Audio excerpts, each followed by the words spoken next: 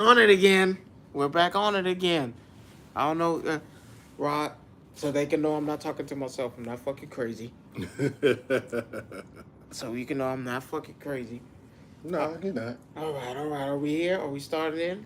Yes, we are. You doing your interjects? Well, you know where we at. You know where we be. What we're gonna talk about today. We're gonna talk about some personal things, relationship things, and games news, uh, sports news.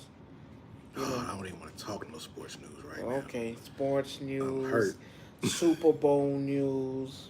Well, football news anyway. Yeah. Yeah, so Super Bowl news for you New Orleans fans, it's gonna hit you a little bit hard, but you know we'll get through it. I ain't a fan. I don't like none of this shit. But here we go. I've learned something. What have you learned today, sir? I know not today. I've learned something about myself. Okay. I What did really, you learn? I really do love my wife. Okay. Like I've learned to. What is that? I've actually really learned. I'm not saying love to learn my wife, but I've really learned about what it's like to have her in my presence. Okay. Told her this earlier. So you know, my wife went to Panama. You know, her little vacay. Get out of here. I went to Tennessee, sold my shit. You know, made that money as usual. And I'm not gonna lie to you, that week was hard. Really? Yeah, Why was it so hard? cause you miss a little of that shit, man. Like you don't pay attention to all she really does. Like if you have a wife and like you really don't notice it until they're gone for that moment. I like, oh my god, like I'm a man, I can take care of myself, but it's nice to have someone next to you. It's like, hey, I'm a man, I get hard. I don't give shit. I call it like I see it. I get lonely too, but honestly, here's what I learned: What did you learn? to appreciate her presence, her when she's not around. Okay. That was like that. This was big, and I was like, man, she asked me a real You question. you act like this the first time you've been left home alone. For periods of time, man. No, that's not the thing. That's not the thing. It's that doesn't matter. I can be by myself. I don't give a fuck about that. I don't care about being. It's the fact of, damn, we eat together, we sleep together, Okay. body to body, face to face. Like we do all these things, and damn, not for a week. I was like, damn. I mean, first day, So what happens if your job say they want to send you away for training for a month? I'm gonna give a fuck. I mean, we'll make adjustments. Us as adults make adjustments. I was just like I said, it was cool she was gone. I wasn't mad. It was just, damn, I really appreciated her. Like I learned to appreciate her when, with her non-presence, because I was like, wow. Because she asked me a real question.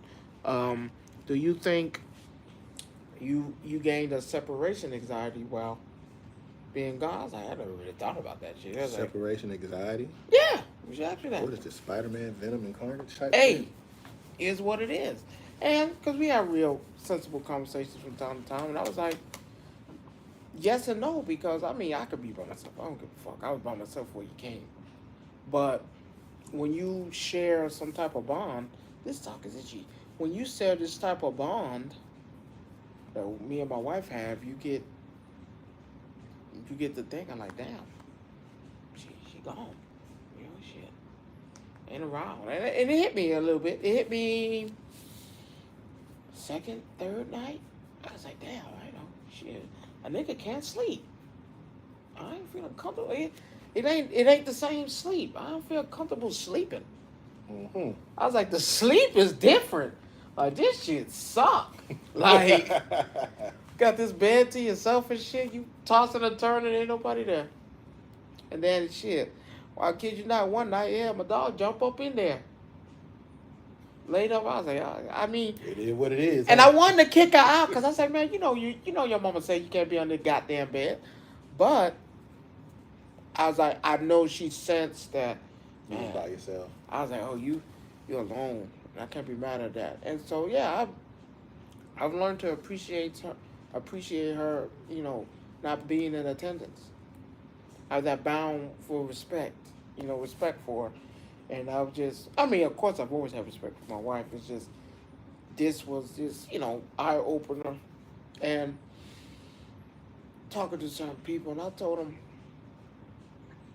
I think I could really give advice on relationships.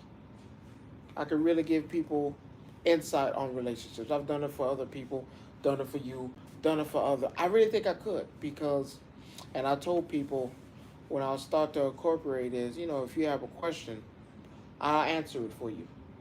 Both of us, of course, we're answer because we're both married. And I was like, you need that. Don't get me wrong, because I don't want to shit on nobody's platform. Because you've seen them people on stage and they giving they 2 cents about men and women. I could tell them folks some things about life in general, and it ain't everything that they think it is. And I don't want to I don't want to shit on your work because you're doing it in a setting where that's how you want to feel.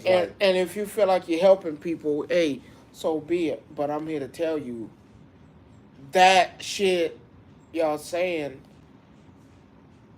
is from first things first. It's hard for me to take advice from someone who don't have a significant other. I think that is ridiculous. So do we know if that even? Because I know exactly who and what you're talking about. Some of them I believe now. I honestly, I kind of feel like one of the girls and one of the guys are single, but then one of the guys I believe is in a relationship, and the other one I don't really know. I just feel like, how can you give a relationship advice? Number one, I'm not taking a relationship advice from no one who's boyfriend and girlfriend. I'm helping people out now. Here's a little tea. I'm not taking advice from them because y'all not married. I don't take advice from single people, period. Single people, married. I told this quote. Well, let me take that back. If you're older and you've been through a divorce or something like that, I might listen to you a little bit. But I know your situation is not the same as mine. I still wouldn't. Let me tell you why I wouldn't take advice from someone who's divorced. Now, if they're divorced and they're remarried, maybe. But someone who's divorced, you haven't grasped why they left you. No, maybe they have grasped that, though. Remember, every story is different. I don't know. It's hard for that divorce. Here's the thing. It's sometimes people realize, okay, I'm the problem. Some people might realize they're the problem. What about the ones that don't? Then that's when you have to kind of disconcern. But you can tell how somebody talks, too, as well. If a person say, well, I know when I was in a relationship, I know I made this mistake, I did this. And I can respect that. That's different. But if a person just outright comes out and say, yeah, I was divorced, and you never... Remember, a relationship is two ways, back and forth. No matter how you look at it, it's back and forth. A problem ain't a problem unless neither one of you decide, you know what I mean? And I put it like this. Me and my wife are not perfect, of course. We have squabbles. We have squabbles. We argue, but we actually love each other. We actually do things different. We spice things up. I didn't want to put it. And no. Whips and chains. With the leather? No. You can't breathe through that leather. I can tell you that. I hope said anything about putting leather on. I said whips, chains, and handcuffs. I'm telling you. No, I don't do handcuffs. I kid you not. I mean, nothing personal, but hey, me and my wife like doing shit. Because that's who you're supposed to do this shit with. Let me start you there. I've been telling my wife, hey, I want you to do some spice things up. Don't make it seem like every day is the same. Everything is... Because I want to keep you. Right. You know what I'm saying? So I want to do things... You don't want to leave the door open for somebody to come in and do something that you ain't did. I read a fact today that most people get a divorce because it'll be the small things that we forget. You getting in the head. You got the hammer. Go ahead and hit the nail. It'll be the small things we forget that grabs these person. Like, let's just say, for instance, my wife likes high fives. Okay. And one day I come up, you know what? I'm not getting no high fives. I'm gonna get it these Takis because that's what I wanted to eat. Now, I said Takis. in the span of us, me getting, I already know she like hot fries. Mm-hmm. Takis is nowhere in the conversation. But every day for a week, I still get her Takis because that's what I want to get her. Not being you being insensitive, knowing that, man, she don't eat that. Man, get her the things you enjoy, and that's, I mean, we forget these things. And I told my wife I would never. I want to, that. Let's do different things. Date night here. Let's do only because you don't. You hear people. Another fact that causes divorce with the little, like I said, is the little things that we forget and we overlook, and it gets dry. It gets boring. Okay. I never want to give someone the opportunity to say, well, the spark is not there. And I'm here to tell you that's a crushing thing. I can believe to a man that is crushing to hear that woman say, you may think everything is dandy, good in flowers, and you hear her say, well, I'm just not feeling it. It's not there. Your whole world is shot to shit at that What do you say to that? But this is why I say. Well, no. What you say to that, if you are the man that you're supposed to be. Let me fix it. I'll fix it. Okay, what can I do to fix this? Not like, oh, woe is me. I'm not gonna lie to you. Could be wrong, could be right. It might be too late. It depends on how long it's been. That's it might time. Be too late. It's a time thing too. Time as well. consuming, man. Man, that's why I'm saying this. Is why I told my wife. I swear to God, not lying. I told her this earlier. I said, we don't have no problems, but later down the road, I don't want this to be where, the spark's not there, it's boring, and now we bickering, going back and forth, and now divorce for what? And 9 times out of 10 people who get a divorce, they actually really do love each other. It's just that, again, we forget the little things that we've done. My wife told me one time, you gotta do the things that bring me to the dance. I was like, hey, that's vice versa. You gotta do the same shit. But that's the truth. That's the beauty of it. I mean, like I said, why wait? Why try to overlook something? Oh, hear God say that. That's never gonna happen to me. My woman loved me. And then when it happens, and then Charlie bending her over, and all he told her was, "Man, you look nice today." I'm just saying, advice for the day: go ahead, do the shit now. Right. Get in control of it now. If you get in control of it now, later, when you 30 years of marriage, 40 years of marriage, and they ask your wife, you still love your husband? You know what she's going to say? 100% yes. And I'm only saying this because, like I said, I feel like people don't have a true outlet. Like, okay, how can you go to this? I don't believe in counselors, right? I just don't believe in it. I think they're a load of crap. I think they can't help you do a damn. Because answer me this, truthfully. How can a grief counselor give you counseling on grief and they never went through it? How can a marriage counselor coach you through marriage and they not married? That's a good question. How can you sit in these people's chair, tell your people, oh yeah, he's just not doing this, and the counselor diagnoses you with a problem that you two may have? Well, if they ain't never been through it, they don't understand the problem itself. So how can I counsel you? Because I read a book.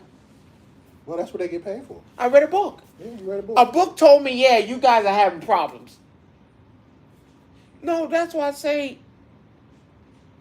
skip the fucking counseling. Well, You can't say that No, because skip the you counseling. you gotta say sometimes you gotta give things a try. That's not a try. But counseling don't work for everybody. But Rod, how's that a try? I'm going to you for advice about my marriage, and your ass ain't married. Well, What advice can you give they me? study human behavior. What Let's start with that. What does that mean? Let's start with that. So, Because you went to school, okay. What does that mean? You went to school to study behavior. no, yeah, it's a piece of paper, but psychologists are people who study the way people think. So here's where I say it's good and bad. Take it from somebody who's been through it. But it didn't work for you. Actually, it did. You're not with him. It didn't No, work. but here's the thing, though. It might not have worked in that standpoint. I'm going to you to save my marriage, not end it. No, but see, here's the thing. It's a two-way street. I accepted everything that was taught to me and told to me by our counselor, right? I did. Did you agree with everything? No. Or some of it? I agree with a lot of it, but not everything. Because there are always going to be some things that you don't agree with. What's the point? So, here's the thing, though. But what it did, it allowed me to see things from a different standpoint, because there were times where we had separate sessions, right? Okay. So it would be me by myself for 30 minutes, because you get up, most of the time it's about an hour. Okay. So it'd be me for 30 minutes by myself. Perfect. Then it was her. So then we would have our joint sessions when we did have them.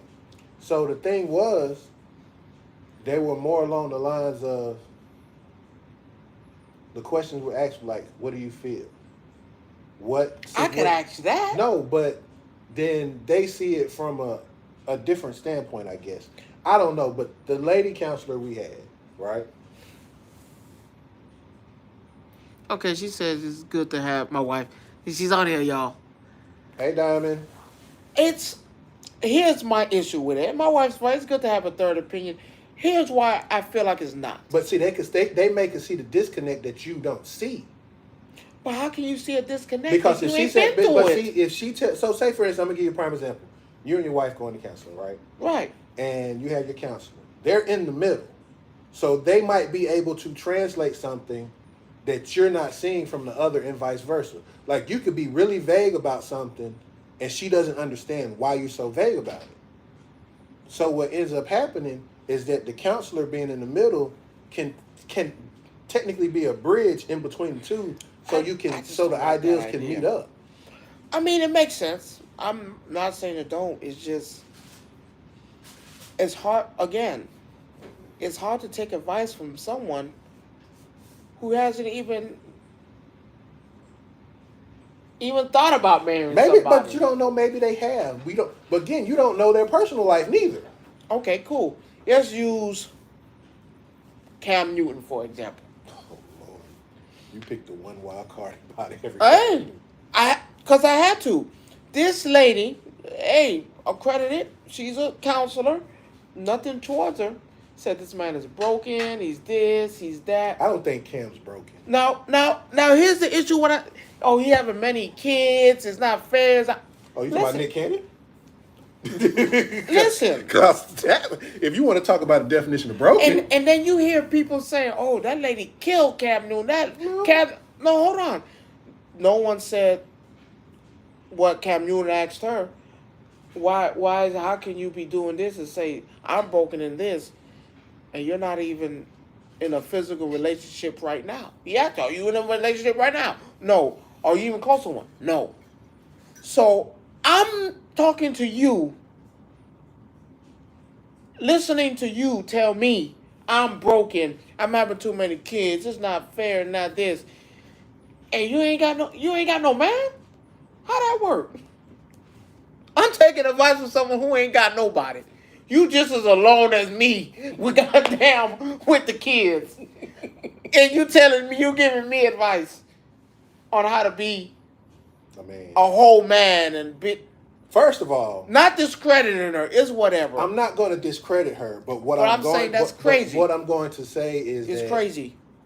Some women, not all, but ones on a professional side like that, a lot of them don't date because they're in fear of and I hate to say this about men in general, that the men want them for that one particular thing, for their success in their career. Ride the coattails. Let's give you. That's not true. That's not true. Let's take, for example, Big E and Judge Maybelline. You do know they were in a really long relationship for a very long time. Who? When Big E first came to wrestling. Judge Maybelline? Yes. Big E? Big E, as in, yeah, that Big E. Wrestling Big E? Yes. Was they who? I didn't stutter. Judge Maybelline? Yes. That shit crazy. That lady was old.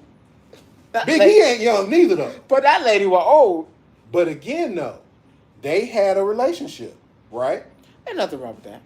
But again, everybody thought, oh, she was riding Big E's coattails. Big E was riding her coattails. What they failed to realize is they were not riding each other's coattails. Yeah, listen here. So again, you have a lot of people that's in a profession like being a psychologist or counselor that feel like I can fix my own problems, but they don't take advice from nobody else. But I can fix my own problems.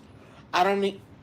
If again now, this is where I disagree with my wife and you, but the third person listening and trying to.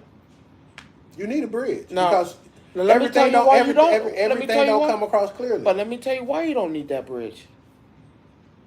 Remember when you got married, and you took that oath, a union together? If I love my wife like I say I do, right? Tell me if I'm wrong. If I love my wife like I say I do, and my wife come to me and say, the way you speak to me sometimes, it hurts me, I don't like it. It's my job as the man. I understand. Tell me if I'm wrong. I understand. I hear you. But see, here's the thing. I don't need a counselor to tell me I'm talking to my wife crazy. She told me. You're different. There are guys that will sit here and feel like they ain't said shit wrong. Then you don't love. Then you do not love them. I'm pulling the card. You do not love them. Because if she can sit there and tell me, sometimes the way you talk to me is kind of aggressive, I don't like that. And you stand there and fighting it. No, man, I'm here to tell you, personal experience, I did it to her. And okay, let me listen to what she's talking about.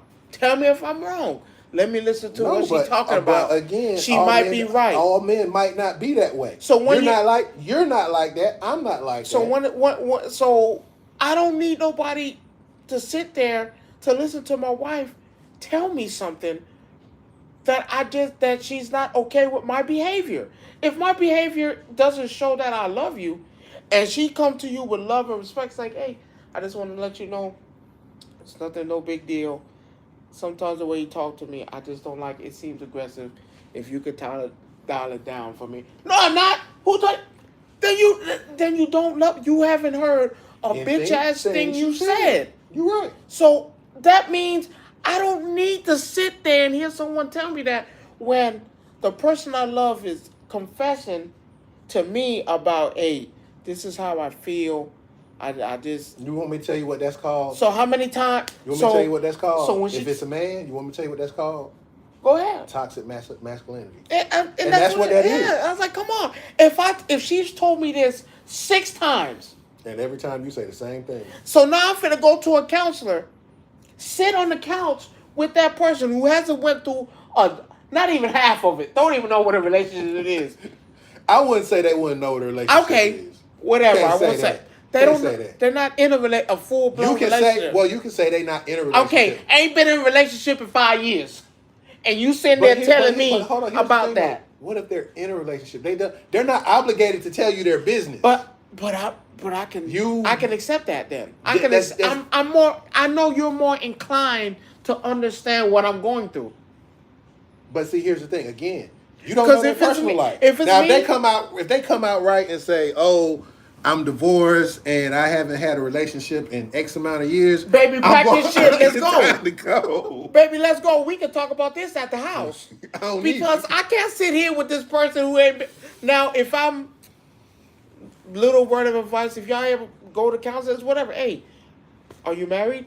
How long you been married for? Or been in a relation. And most They can tell you that. Most that's if you hold on. Hell, fuck that. I go No. in your office, I'm sitting down, I see the pictures of y'all two hugged up. Okay. Oh no, okay. That's Let's legit. let's hear what they got to say.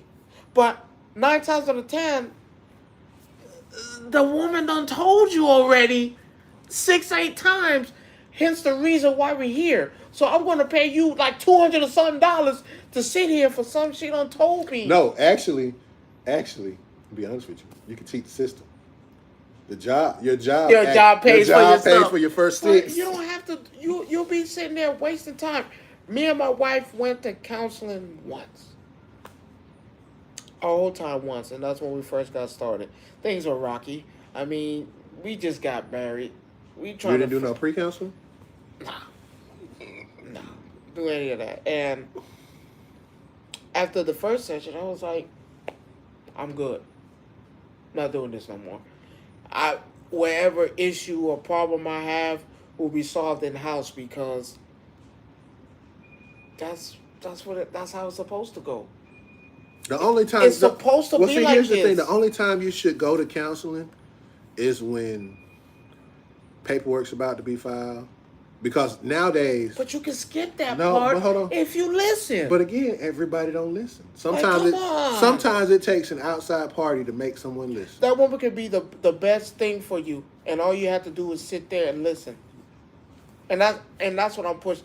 Mind you, you want to know my credentials? I'll tell you my credentials. I'm a father, business owner, husband. My wife is fucking look gorgeous. I'm a son of a child, 2 parents. Son of a child. And I can tell you, I can give you, I've been through so much stuff with my wife's ups and downs, bad and good. I can show you one. I had an anxiety attack. Remember I told you? I had one. Your fault, by the way. How the hell is it my fault? When you keep telling me, neither here or there. No, hold the fuck up. Neither here or there. How is it my fault? Neither here or there. I'm the nigga that told you to calm the fuck down and stop trying to do too much. Neither here or there. Oh my God. And I'm I said neither here or there. Okay. But no, and also I sat there and I went through it, crying. My mom, I don't know. I'm still trying to get that shit out. Oh, you still on that? Yeah, I'm still on that. You gotta learn how to let shit go. Don't Donald Trump me, okay? I'm just saying, learn how to let shit go. Me, all right? But no, I sit there and I'm crying, not thinking straight. Can't even tell you what's going on with me. My wife sat through there. I didn't need to go to a counselor. When my wife felt like I'm helping, but I'm not, let me get somebody that I know, my father. That's teamwork. My wife is a team. When I do my work, my wife is always there. She helps me. What is the point? And I told her this statement one time. Tell me if I'm wrong. I told her one time, I don't have to marry you to be married. I don't. You know what I'm saying? I don't have to be married to you to be married. I can still put shit in my name for you and it be yours. Okay. My wife could have went to the bank for me and spoke on my behalf and we were just boyfriend and girlfriend. If I want to leave my apartment or stuff to you, I put a will, leave it to you. And I told her, what is the true definition of marriage? I don't need to be married to you. It's a piece of paper. Because remember, back in the day, slaves didn't do that. They jumped the broom. But you remember also, it's a legalized union. See, the problem is people... What's your definition of a legalized union? It's when... It's more about the paperwork than it is about when you say legalized union. It's more about the paperwork. Now, what you do at the altar with you and her in front of God that's you signifying that with God. But I could do that. I could do that myself. No. Me and her can sit in that kitchen and say, baby, let's go pray, talk to God, hope that we keep this strong and me and you be together. I don't have to marry you. You don't actually do, because if not, you're breaking one of the commandments.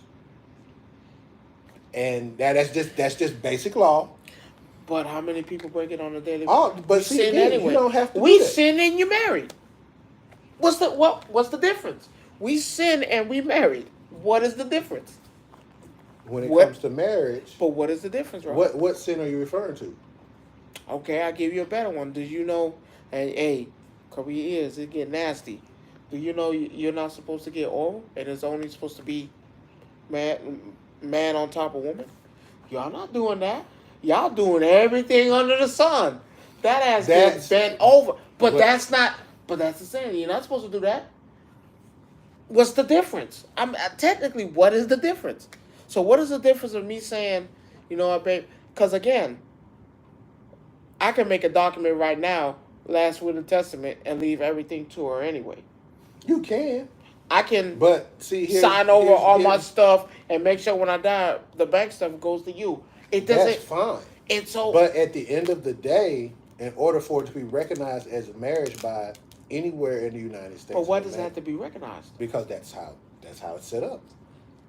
That's how it's set up. Whose idea? That was the law from whenever they made that a personal law. That's what I'm saying. Because even in olden times, when you got married by a judge, by a minister, back in the days, they still put your name on a roll saying, this is this is that. Did you have to pay for it? Huh? I don't know what they had to pay for it back then. No. I'm not talking about olden days like I'm talking about early Egyptian days. And your name still went on the roll saying this is your spouse. And I say it because don't get me wrong, I'm in love with being married to my wife. I'm just saying, if I had a new one, what would have been the point? Common law is not represented by in any state. It's not recognized. So therefore, she can go to the bank. Oh yeah, she can still speak on your behalf. She can withdraw money from me if I sign her name on my account.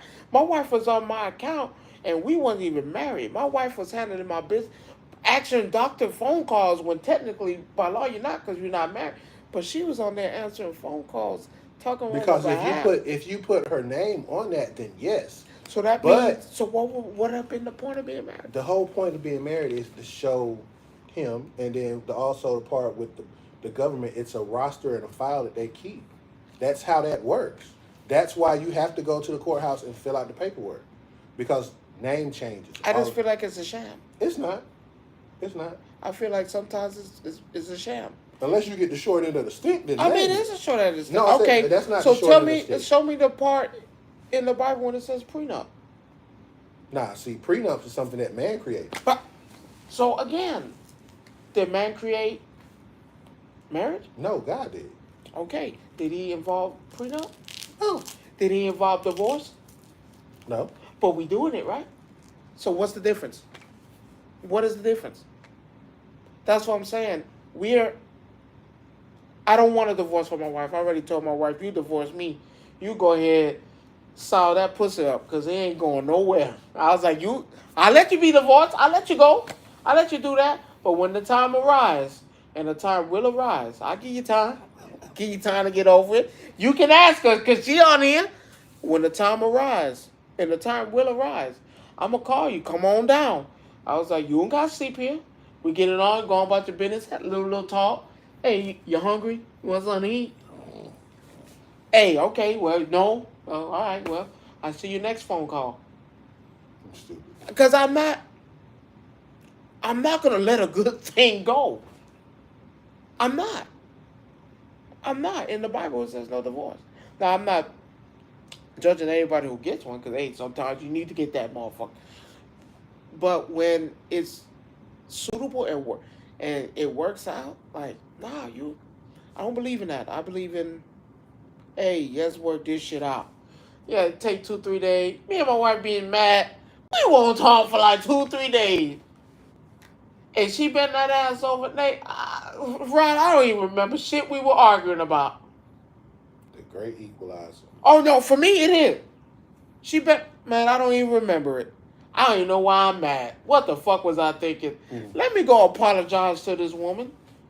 Because 9 out of 10 I was wrong. And then it always happens at the right time. We get into it, we mad, we in the same bed of court. Because this nigga ain't sleeping on no couch. I ain't sleeping on no couch. And then, she You looking over. You hate her ass now because you're mad. You're mad at her. Then so you go to bed angry at night if y'all done fought? Yeah, so it been like that. Yeah, it's been like that sometimes. Yeah. Never. And my one advice to you. I don't do that shit no more. Oh, okay. Because I'm about to tell you. Because I can tell you right now, she go to sleep in them shorts. I don't forgot all the. I'm sitting there like, and then I gotta sit there because I be mad at her. We get mad, and I be mad. I was like, damn. I look at this motherfucker sleeping shit. Fucking bitch. See, that's too much for me. I swear to God, ask her. I know. I've heard. And then sometimes I feel like she be peeking and shit because you know, and I was like, man, I just want to goddamn the people rock bottom your ass, right? And I be looking at her, I was like, she know I'm looking at her ass. Stop pretending. She know it. And then I be like, you know what? Damn. What's the point where you can fix it? No, you just. What's the point where you can fix it? You don't. Oh. What's the point where you can fix it? Nothing is not unfixable. And then when you fix it, man, just keep that shit fixed. If the woman says, I have a problem with how you speak and how you talk to me, okay, I'll do my best to work on that. My bad. I didn't think it was bothering you. That ain't hard. It ain't. Man, respect that woman, man. Before it's too late. And your ass alone. Ain't nothing like coming to an empty apartment. You looking around and shit. Damn, she done took everything. She done took the whole home, the whole mobile home. Why the fuck she took the doorknobs off this motherfucker, man? God damn. You know how you make somebody mad? Make a woman mad. They wear earrings. Go hide all the earring bags. Take all them. She be mad. What shit? I tell her right now, she planning on leaving me. You ain't finding shit. The keys gone. Done already threw that shit somewhere in the woods. You're gonna have to go to the dealership to get you a new key. Get your new keys. Them bitches gone too. No, you gotta work that shit out, man. Nothing is not unable to be fixed. And that's all I want to say. Nothing is not able to be fixed, worked on. I'm telling everybody, people who got questions, I'm going to give you questions. We're going to start that. I come to you, question of the day, how people feel. I'm going to let y'all know. And that's how it is. I just want to put that out there. Man, fix your relationship, man. Go be with that woman, man. Stop being mad, man. Ass too fat to be mad. I'm sorry. Ass too fat to be mad, Rod. I'm sorry. You mad as hell. You mad as hell at her. Small argument. This mad. You cooked the top ramen too long. That shit dry hot. Top ramen. You mad. And then you turn over, look at her. She over there picking up that basket. Damn. Now you're hard. Now you got to take your stupid ass over there and be like, I know I fucked up. My bad. I don't know what I was thinking. Now you got to apologize. When you could have just made that shit simple, man. And she could have been sitting on your face. Oh, that's all I'm saying. That's all I got to say. You off your soapbox? That's all I got to say. I pretty like leave it at that. Man, treat that woman right, man. We doing questions of the day. Y'all women got questions, man got questions, I answer you. That's all I got to say. Go ahead, Rod. Next topic, man. Leave it at that. I see that you're in a good mood. Yeah. Shit, yeah. Like I said. You was in a good mood, but then, we got the news earlier. No. I was really in a good mood because, again, I ain't seen my wife in a week. So now I know where this comes from because literally last night when he gets back in town from on one of his little ventures, we on the phone and we just chilling. I don't know. Waste your time. He literally said, we playing the game tonight? Because if so, you might as well cancel that shit. I said, huh? Wasting your time. He said, I've been gone and she just got back home. I said, okay, you ain't got to tell me nothing. I got to have it. And to be honest, I didn't hear from this man till 8:30, 9 o'clock, somewhere around that time. This morning, I got to have it. I don't give a damn. Shit. It's all good and it's understandable. I had to let him know because my wife goes. He was needy. How about that? Hey, my wife. He was needy. My wife can say whatever she wants to. It been like 2-3 weeks. He was needy. She gonna say it hasn't been 2-3 weeks. I'm telling her it been 2-3 weeks. I got to have it. So, we got that news. We got some. I hate to say this. We got bad news. We lost another good one this week. Actually, we lost them today. Let's be honest about it. Yeah, that shit crazy. That James Earl Jones passed away. Fucking Earl Jones. Passed away at the age of 93. 4. No, it was 93. 4. It said 93 when I read it. 4. So, but we, again, 93, 94, doesn't matter. The man lived a hell of a life. We talking. He could have narrated my life. Man, and it's sad because I think everybody that's my age and under. But it's not bad. I mean, he lived hell, his life. my age and over. He lived his life, though. The man lived a great life. He lived his life. And his movies, everybody knows, of course, played the voice of Vader in Star Wars for 3 movies. Technically 4. No, he didn't do. He wasn't the voice of Vader in that. Really? No. Sounded like him. Christian Hayden was actually Vader. You know what was my favorite from him? Fences. Yeah. He's the original. You can go Fences. back to all the work that he did. I mean, Coming to America 1 and 2. Everybody forget King Jaffe Joffa. He was there. He was in the second one. Yes. Yeah, he was. He sure was. No, remember, man. he died at his ceremony. Damn. Oh yeah. Remember? In the second one, he died in his ceremony. Yes, I use that right now. Too soon. No, it ain't too soon. Mufasa. We'll never have another Mufasa. Well, you weren't gonna have him. No way. There's nobody that will ever be able to do that voice ever and do it the way he did it. Not to mention all of the other cartoons and shows that he lent his voice to, and other TV shows and stuff. So I mean, we lost a good one. I mean, just my heart goes out to his family, those that are still around. Kids and everything. Prayers go up because hey, you never know when it's your time. Except for me. Nah, we don't know. Except for me. Okay. Eternal one. I can't go. But got too much shit to do. Also on the entertainment front, this past week, Marlon Wayans was on Club Shay Shay. You don't want to start off with the football? No, this gonna lead into that. I know you ain't like. I know you. I don't care.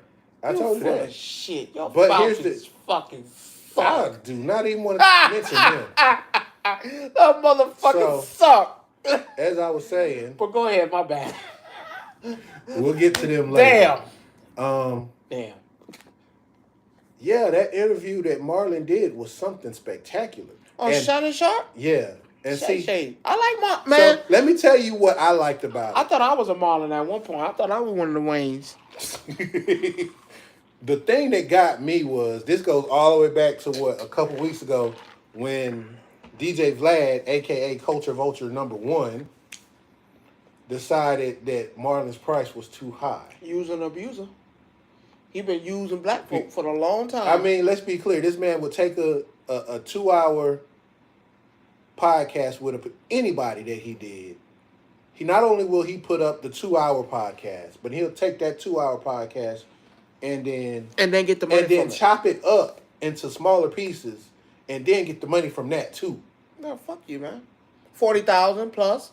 But he goes on club. But that's what Marlon wanted. Didn't he say he wanted what, 40K? And revenue from off everything that you did. Yeah, because my face is on it. You told him no. Okay. Matter of fact, you said he wasn't worth that type of money. Fucking crazy. This man goes. Let me ask you. Hold on. This man goes. You think he gave Shannon? Shannon broke that man off something so nice, bro. Because the man made two. First of all, I'm gonna ask you. Do you think Marlon charged Shannon $41,000? He probably did. He didn't. What he charged? He didn't. Probably went in there and just did it. I think he got paid something. I'm telling you, probably did, but it wasn't no 40,000. Why? Because people like DJ Vlad, who I hate to say it, eats off black people's success. A culture vulture. Let's be clear. And the people he have. He's someone called him a S-class culture vulture. So no, and I agree with him. So I don't think he charged Shannon 40,000. Man, give me 10,000 and some of your liquor and let me advertise my shit on there. So he goes on saying, he didn't even say. Actually, he never quoted how much he got paid to do that. All we know is that he's going to get revenue off of every video that's shown. First of all, he's getting the revenue off the whole 2-hour, 3-hour sit down. They gotta respect. Only thing I didn't like about it. Don't do it. Only thing I didn't like about it now. You know Marlon, my boy. Don't do it. But I can't put on that dress, man. I can't. Now he wanna do it.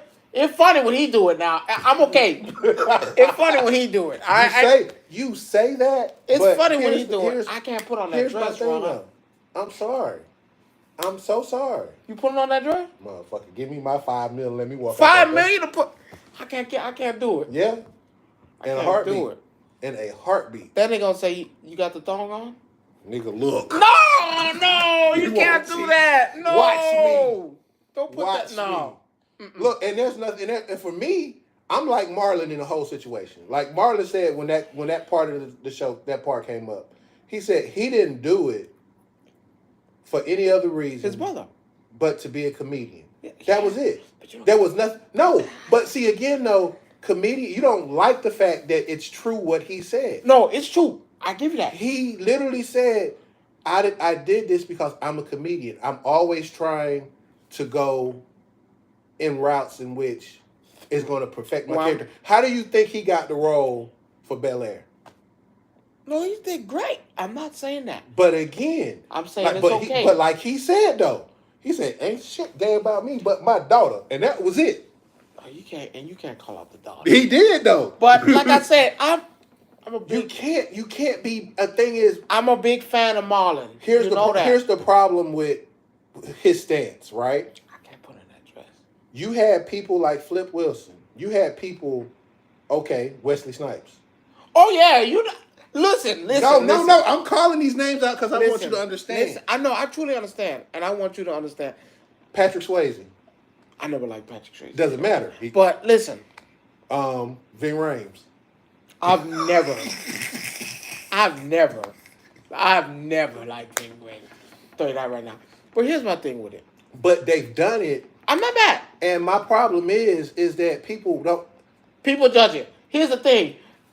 Like you said. No, black people are judging. Yeah, Let's be clear. Black people are judging. And I'm here to tell you, I'm racist all across the board. All of them. If you're Mexican, white, Chinese, Japanese, I don't care. Nah, man, take that dress off. So I'm biased off. But honestly and truthfully, no, I love Marlon Wayans. I always thought he was a great. He is freaking awesome. Now, like I've watched a couple of clips of Bel Air. But is he on your Mount Rushmore? No, not of that. No, because my Mount Rushmore is old school. Who's your Mount Rushmore? Robin Williams, Richard Pryor, Eddie Murphy, and Red Fox. My Mount Rushmore is nothing new. All my shit go back to them days when stand-ups was stand-ups. I'm giving you, my boy Richard Pryor. I don't give a damn. Like my man said, cocaine is a hell of a drug. You ain't gonna like it. I'm throwing Chris Tucker. I can't.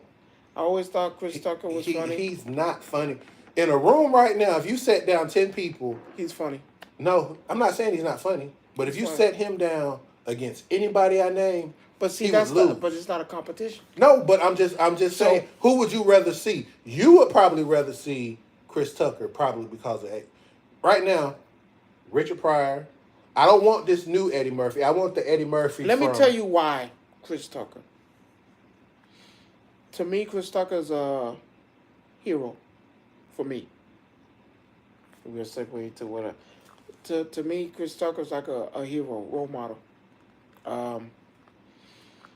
Seen his work from Def Comedy Jam. Actually, he was the first. When I had him on them VCR tapes, and my dad had your first bootlegs.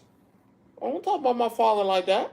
I didn't talk about him. I just said one of your first bootlegs. I ain't gonna say that. I ain't gonna out the man that gave me the tape either. But no, remember him on tape, and he always used to, for some odd reason, you remember you have to rewind the tape back to start the shit over. But every time, for some odd reason, every time I came time to rewind back, it was always on Chris Tucker's part. And I always said, man, Chris Tucker is like a fucking, to me, is hilarious. Great. Movies, great. Stand-up comedian, great. So I because of the impact he was for me as a child. I just, oh man, I have to put him up there because watching him, that shit was monumental. Like the stuff he did with about Michael Jackson.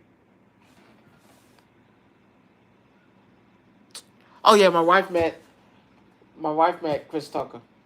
I ran into him so much. Yeah, to me, he's one of the reasons why I want to be a comedian. I want to do stuff. I want to do that because that is, he's like a benchmark. Of course, he's not up there with the greats. To me, he is. But that's again though, yeah. Your generation. And I only we're not because we're technically not in the same generation. And I only say him because you know I got Richard Pryor all day. Richard Pryor is always never duplicated. Richard Pryor, I got Richard Pryor, Chris Tucker, Bernie Mac, and my last one's kind of tough, but I'm going with Red. I'm going with Red. Because, oh man, that type of stuff.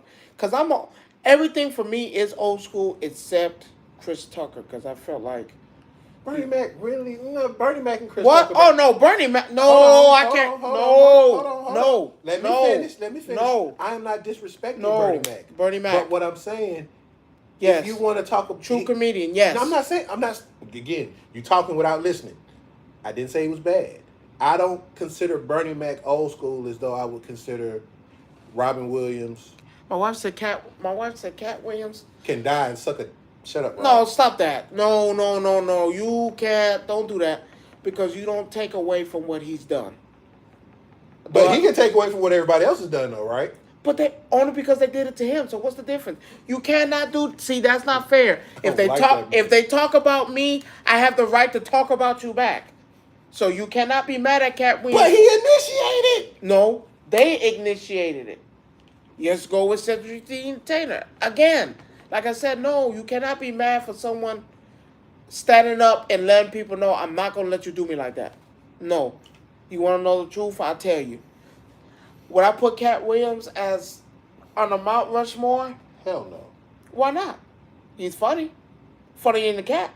Funnier than Kevin Hart. Kevin Hart, did you not hear me? Kevin Hart is not in my rush. I know she said, "How do I feel about Cat Williams?" I was like, "No, I think he's funny. I think he's fucking 10 times funny." Yes, he just don't get his credit for the things he's done and the people he's helped.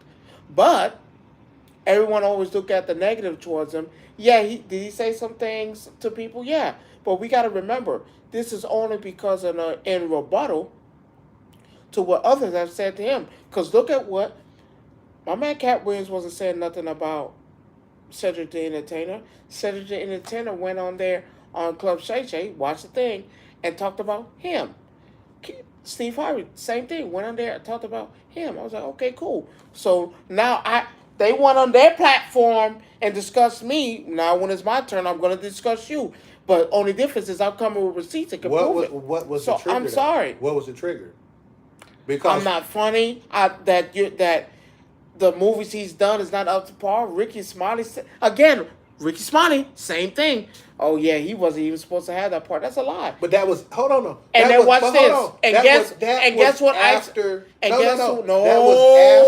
wasn't. Guess what? After the interview. No, Ricky Smiley didn't say nothing about that man until after the interview. Yes, he did. Yes, he did. Go back and watch it. Yes, he did. He said, I was supposed to have that. It wasn't him. Ice Cube, again, but that was went after up included. The fact of the Cat Williams interview. That wasn't after. That was before. No. Because he talked about him doing the interview. Yes, he did. I've seen it. During the Cat Williams interview, he mentioned that. Ricky never mentioned that until that point.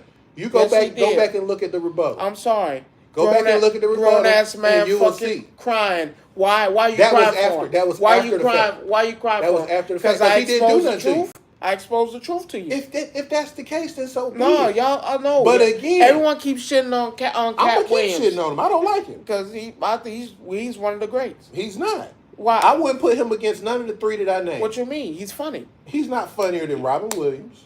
Because that's again. He's not funny. They're not in the same. That's like saying, oh yeah, Magic Johnson and Steph Curry. Oh, who will win? They're not even the same shit. No, don't. You cannot do that. But no, again, of this generation, he's great. It's point, but you can't switch. Of this generation, he's great. If I had to do comics on in this generation, he's great. He would not be eating and you on can mine. ask anyone in this generation, he's great. Of course, I'm not gonna put him up against a Richard Pryor, and he grew up watching them. He gonna tell you, oh, I'm not nowhere near close to them. I'm not nowhere near a Paul Mooney. I'm not nowhere near a Red Fox. I'm not nowhere of my generation. That's what I am. Yeah, a pioneer. There's there's nobody funnier than him right now. Okay. No one. I can name a Mexican that's funnier in this generation, there's no one funnier than besides Dave Chappelle. There's no one funnier than Cat Williams. Name a Mexican that's funnier than him. There's no one funnier than Cat Williams. I can name one more person, Ali Sadiq. No. What? You don't like Ali Sadiq? I didn't know. I didn't say that. Man, get the fuck out of here. We about to close this show. No, sir.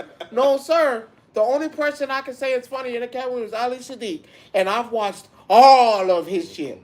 All of it. Ali Sadiq is funny. I have my picks of this generation's that I enjoy watching. Ali Sadiq is the man. Unfortunately, Cat's not on my list. Because you're a hater. I'm not a hater, bro. Yes, you are. No. Yes, you are. You hate I don't like it. I don't you like it. just say you don't like him. I don't. Because you don't like him, you're going to discredit his work. I'm not going to discredit. Listen, I'm not discrediting his How work. many Cat Williams movies you seen? Hell, he was in everything because he was a B movie. It was a what? These were B movies. The black movies that he was in was B movies. So Soul Plane was a B movie? By technical terms, yes. Well, you a hater. I've never seen somebody hate that much. Friday was a B movie? No, it wasn't. He was in the third Friday. They didn't do as well as the first two. So what? You watched it, right? I didn't watch it for him. It was in theaters, right? I didn't watch it for him. No, a B movie does not go to theaters. Yes, they do. All Cat Williams movies were in theaters except for do. Internet Dating and Repo Man.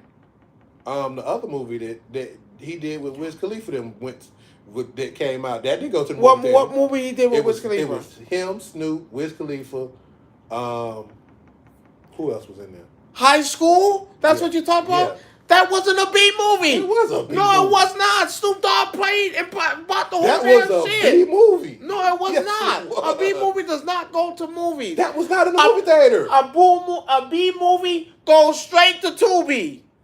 That's what a B movie... Tubi didn't exist back then. Bullshit. Tubi been around for years. Tubi did not exist No back then. one knew that they had that low rent shit going on. Tubi did not exist back then. I give you 2 movies Cat Williams did that was low rent. 2. Internet Dating, because again, I watched all School of them. Dance. No, School Dance wasn't... Nah. School That was funny. Meet the Blacks, was that low rent? You want me to be honest? Not the same one that went to the movie. You a hater. I promise you, I'm not a hater. You're a hater. I just know talent when I see it, and that man there. And Cat Williams don't have talent? No. You're a hater. No, I don't. I can. And you gonna tell me Kevin Hart got more talent than him? I'm not saying Kevin Hart. No, I'm just saying. Is that what you're gonna say? I can think of other people that got more talent than Kevin Hart, but again, Cat Williams you is that find your man. niche, you do what you do. But I'm not. It's not about who's the better comedian. I'm not saying that. But what I'm saying is, you have to look. You can't shit on this man's work because he has it. I'm not shitting on it. I just don't like it. No, you don't like him. No, I don't like his work. No, you don't like him. His work is tremendous. Okay. You watched all his movies. See, but But here's the problem with that. You don't like a man you don't go watch. There's no range. Of what? For him. I would get the thing that separates him and Kevin Hart is he has range? Yes. Kevin Hart has range? Kevin Hart has played in movies that are not comedy. Kevin Hart's been giving you goddamn B-rate movies for the longest. But yet, and he got the most B-rate movies. But Paper Soldiers was the worst low rent movie he did. But Soul Plane was his first movie. Get out. You don't want to. You don't want to listen to facts. What facts? The fact is, what facts? Plain and simple. Let's look at it like this. Since you saying he got B movies, they both got B movies. But here's the thing: Kevin Hart has been in more major movies since. Major movies? Yes. Name me all the major movies. Let's see. Borderlands. That's a major movie? That's not the one that went to Peacock. No. But it's still a major movie. It went to Peacock. Went to the movie theater. And then Peacock. And then how many movies have done that? And then Peacock. Does that matter though? And then they say that shit wasn't even good. I knew the shit wasn't good, but it's not his fault though. What you mean he in it? But that don't make it his fault though. Yes, you in it. Don't. Make the movie. No, it don't. If you have bad writers who take a bad script, okay. So you don't. He didn't write that. So if Cat Williams had bad movies that he didn't write the script, so what is the difference? No, there is a difference. There's no difference. But again, if I'm in movies you're missing my point. Bad script. What's the problem? You're missing my point. You're still missing my point. Nah. You look at okay, Jumanji. Jumanji 1 and 2 went to movie theaters. Okay, wasn't even his movie. Doesn't matter. He's in it. That's the point. Those wasn't okay, so it doesn't matter. Yes, Cat Williams was in it. It wasn't his movies. But again, he was in it. Let's see. So I'm trying to figure out what was he was the in difference. It. Okay, let's see. If it's a bad written, it's a bad written. For Kevin Hart, if it's a bad written, it's a bad written. But you put the emphasis on him like it's his fault. No, the problem is Cat Williams. So so that means Cat Williams. When you come out and sit here and say that I didn't take these roles because of X, Y, and Z. That's his preference, right? But another guy do. And he makes the money off. No. So you're wrong. So when Dave Chappelle did it and said the same thing, that's his preference. So I said the same thing. Was he wrong? No. Is Dave Chappelle wrong? That's his Dave preference. Chappelle was never wrong. Dave Chappelle told the truth. He said, I don't think that shit was right. I don't think it's funny that I had to put on a fucking dress to sell myself. But it's nothing personal, but he said it. That is your opinion. To sell yourself to get roles. I shouldn't have to do that. People do that though. That's like saying Dave Chappelle was wrong. But that's his preference. A lot of people will do what they do. No, we just can't cheat people out of their work. I'm not cheating him. I'm not cheating out his work. He did what he did. But don't get mad at this man for doing what you did. A lot of stuff. That goes back to what I've been saying. You get mad at this man for doing what he did, but hold him responsible for his own. What you mean? He made his own choices. That's his bed that he had to lay in. Did you watch the whole interview? Yes. Did you hear what he said? He said he didn't want to take it. And how he came at him?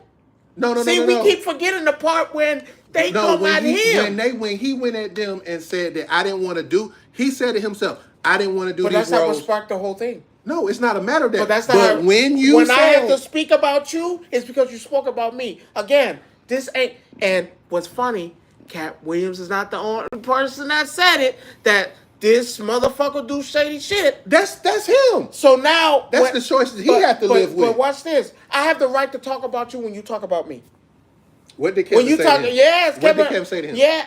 He got mad at him for the way that lady was talking to him. When if you watch that interview, that motherfucker talked to him like shit. When Cat Williams said, I don't want to talk about this thing, and my kids and stuff, just keep it personal business. Yeah, we're not going to do it. And you fuck around and do it. But you can't be mad No, at when her. you sit there and tell me, and you turn around and do the same shit the other way, and then Cat Williams talk shit about me, I'm going to talk.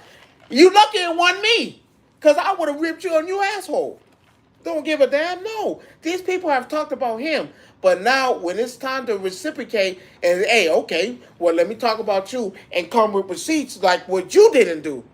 You didn't come with receipts talk about me, but I did. Okay, cool. You know how many times Kevin Hart has said that someone's not funny? So the moment Cat Williams say, I don't think Tiffany Haddish is funny. But again, I'm a bad guy. But this motherfucker been telling people, oh no, that's not funny, that's not it. But that's okay. No, again, I'm gonna talk about you. Hey, when you talk about me, I'm gonna talk about you. But if you have an opinion, so if I sit here and say you're not funny, I'm gonna talk about you. So again, I can't have a personal opinion about how I feel about it. But again, you're acting like Cat Williams started it. These people talked about him. It ain't like he was talking about them. They talked about him. All of them. So now it's my turn. And again, the difference between what Cat did and they did, I came with receipts and proved it. Y'all didn't. Everybody want to talk shit about the little guys. So now when the little guys show you, I okay, cool, I can prove to you. So no, Again, don't cheat that man. He has angry bitter man syndrome. Because Hey, at the no, end of the day, no, it's not. You talked about me, I'm gonna talk about you back. My mama always told me, hey, they talk about you, go ahead and talk about them back. Make sure your shit get your shit a little sting a little bit more. it didn't stop anything. Hey, it don't have to. Now that I tell my truth, and now everybody's saying the same thing because the moment he did it, now everything's coming out the woodwork. That no, this man really be on some sleazy shit. So no, the fucked up thing is, out of all the people about Cat Williams, all the people that spoke up on his behalf and all that, you know, the one thing they never said that he was sleazy and did me dirty.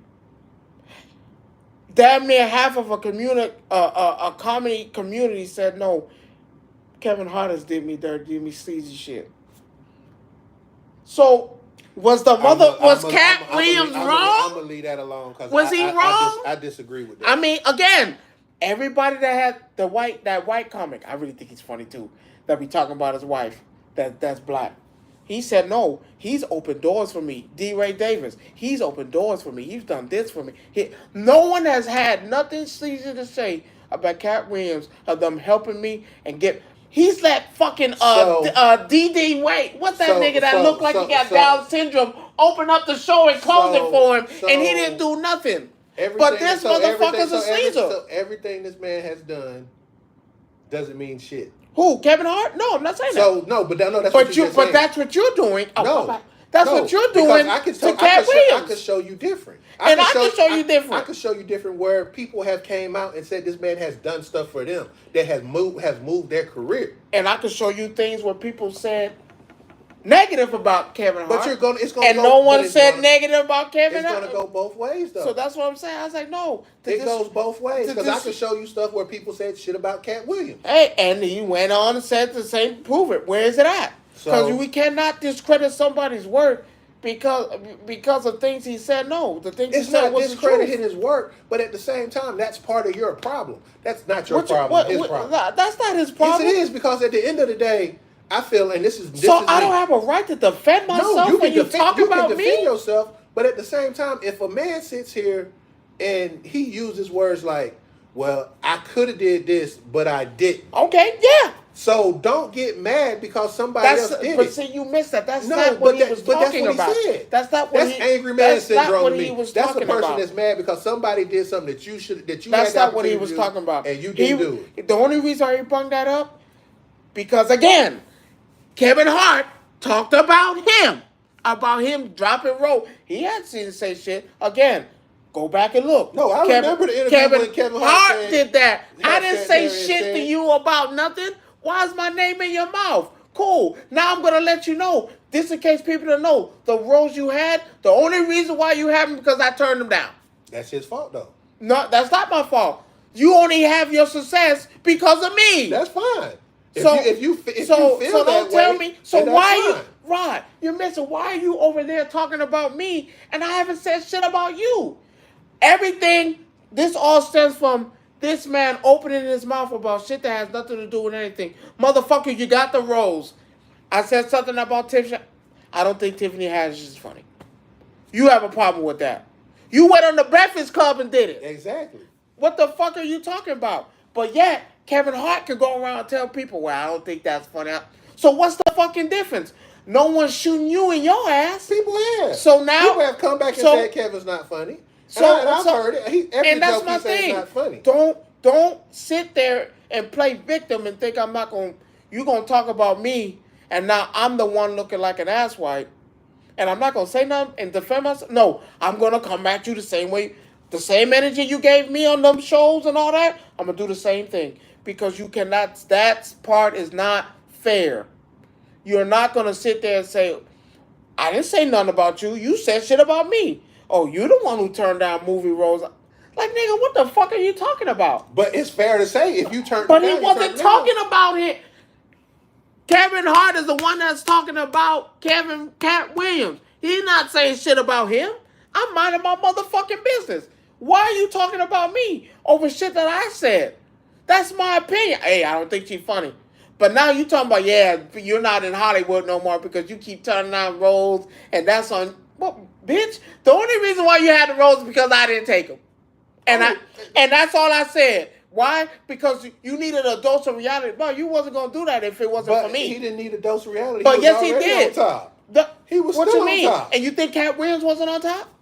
That motherfucker still make money. That motherfucker still get goddamn comedy specials. Netflix still call him to do shit. It doesn't. See, you the don't sad part about sit that, there though, is and disrespect them. The sad part about what you just said is Kevin Hart's shit ain't funnier than Cat Williams. None of his stand up is funnier than Cat Williams. That's a lie. Rod, you can't sit. No, I can enjoy. Pimp Chronicles. Nothing is funnier than that shit. Get the fuck out of here. You're not gonna do that shit. I'm sorry. I'm not giving you that. No, I stand. Nothing is funnier than Pimp Chronicles. That Cat Williams, that Kevin Hart done did. That's a lie. Nothing was funnier than that shit. That's a lie. Damn Pimp Chronicles 2. Tiger? A motherfucking tiger? No, Rod. No, you hate him. No, Stop I'm not that. hating. Stop that. I just have a taste of coming Stop at you. Stop that. That shit was funny. No, it wasn't. That shit was funny. Everything Cat Williams put out in them stand-up shit was funny. Okay. You can't sit there and say that. Hill. I am on that hill, and there's other people with me. Because you're not going to tell me that shit wasn't funny. Anybody would tell you that shit was funny. Everybody would tell you that shit was funny. You're not, no, you just be shitting on him. No, but we're not going to shit on this man, and he started it. I never like he got the better career. You want to be honest? He got the better career. You just did a movie that fucking flopped. Get the hell out of here. No, you just did a movie that went for movies.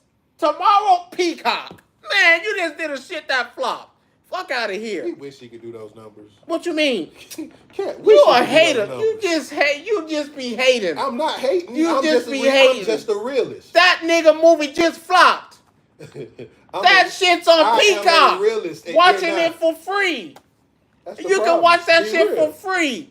Oh no, it's not free. You can watch. Still getting paid for it. Watch Peacock for free. Every time someone watches it on that Peacock. Movie flopped. You said that movie sucked. You're not bad writing. You're not listening to what I'm saying. Because you shitting on that man, and you crazy. Cat Williams is funny, and if you ask anybody, that motherfucker funny.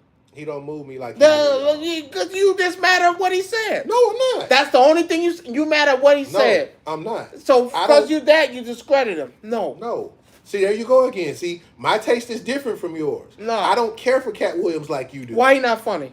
Because his jokes are kind of stale. Because he's done all the same jokes before in different forms. Wait a minute. And Kevin Hart's not? No. None of his shit stale. No. His last stand-up sucked. No, it didn't. The one before that sucked because they said the same thing. Damn, that's the same cat shit jokes he been saying. No, that shit's the same he giving you. I can watch every last one of them. That shit, go watch him.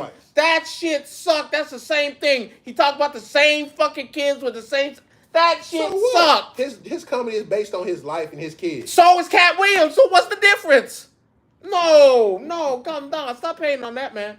No. I'm calling you out on that. That man ain't nothing. Cat Williams is funny. Cat Williams is funny. You can't sit there and say he not. To you. And Kevin Hart is funnier than him. I take Kevin over Cat. That nigga not funny. That's you. That's in your opinion. That shit not funny. That's in your opinion. Everybody has an opinion just like they have an asshole. So everybody has an opinion. You can't see again, you wear your shit on your sleeve. I'm not. I just call it like I see it. You call it how you see it because that's your opinion. No, I'm just calling it like I see it. Is that not your opinion? Because everybody say the same thing. No, everybody does not say everybody says the same thing that Kevin Hart. It's just not that funny. Okay. The last few people said his last stand-up just wasn't funny. Because it wasn't. It wasn't. Now, are we talking about the COVID stand-up? Mike Epps is funnier than this motherfucker. And he talk about the same shit over and over and over again. Mike Epps talk about the same shit over and over and over and over and over. But that shit funny. That's just not funny. Funnier than Kevin Hart shit. Because he giving you the same shit. Here's the crazy part about it. You measure success I'm not measuring this. No, let me finish. I just don't want you to shit on somebody's work. No, I don't care who make the more money or do the best. Don't but shit on that's what nobody's it's based work. on. No, it is not. Yes, it is. I don't. Anybody, you don't look at it like that. Okay. But I look at it from okay, watch this. Ali Sadiq Sadiq is funnier than both of them. That's your opinion. Ali Sadiq is funnier than both of them. Go on YouTube and go watch his stuff. He's funnier than both of them. The next stand-up comedian, the next one that's up next, and they've been talking about him. They've been talking about Again, him. Funnier than both of them. You are looking at it. I look at stuff from a different point of view than you do. That's the difference. You look at it from a work standpoint. It's not work. I'm not looking at work.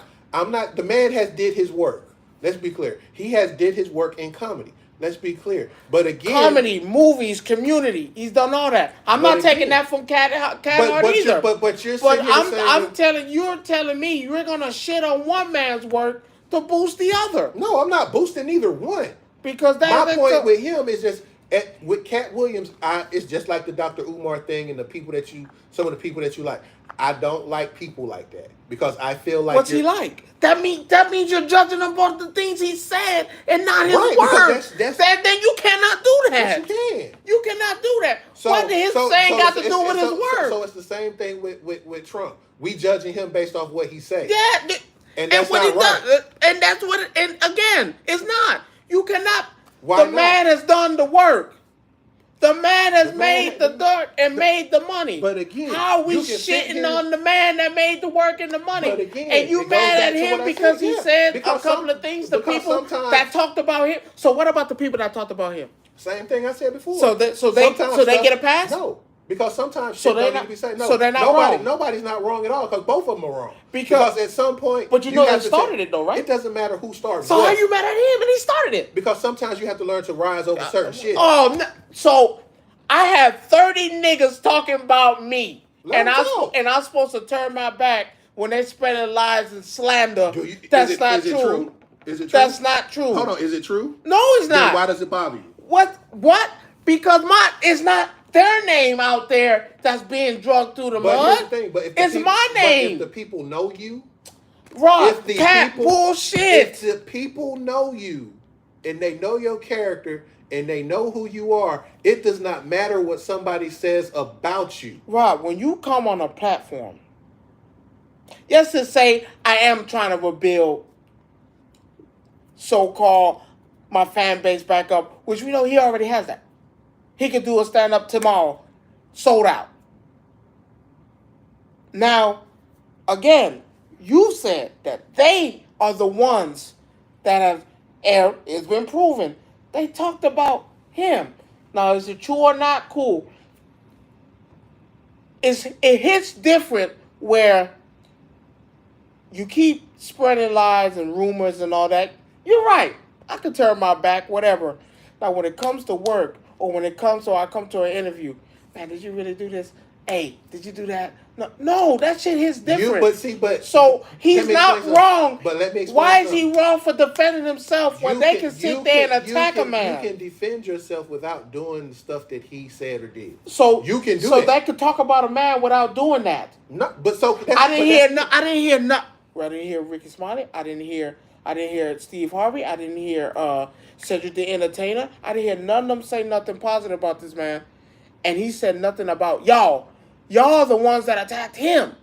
So now when y'all say that, that's 4 or 5 different people saying shit about him. So now I'm saying that. Let me give you a prime example. But that's you. I have the right to defend my name. You can defend your name. Here's the reason why people go to court for this shit. Because watch this. The moment Steve he could have handled it that way. But the moment Steve Harvey says shit about him, and now, could he now Steve Harvey want to take him to court, and y'all started it. Y'all started it. Y'all started it. There's ways to handle things. I have ways to defend my name. I am built. Now you looking at him as the bad guy for saying something, defending himself. My mom always told me, "Hey, you defend yourself at all means." This is my name and my brand. Who knows? Them talking that shit on that interview or all them other times that irrelevant attacking me for no reason and I've said nothing to you. Now you can put me in jeopardy of future deals because now there's a narrative painted out there on me that is not true. So yeah, I can say it's not true. Yeah, I can say no, that's not true. That's not true.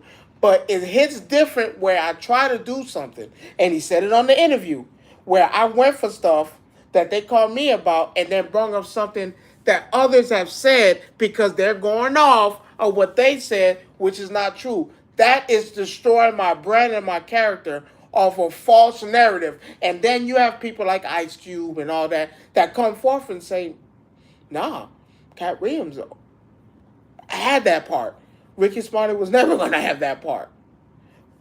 You have people who come out like the comedians. No, Cat Williams ain't never said that or done that. He's never cheated me and all that. But that stuff don't get looked at. And that's my issue. You can't blame him when they started something for no reason. I didn't come after y'all.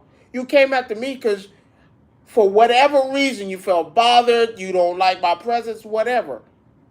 But to destroy my name and my character, that, hey, I have a family, I might want to do a role, I might want to do something small, and you come fuck it up because, and he said it, every place I want to go, they bring it up.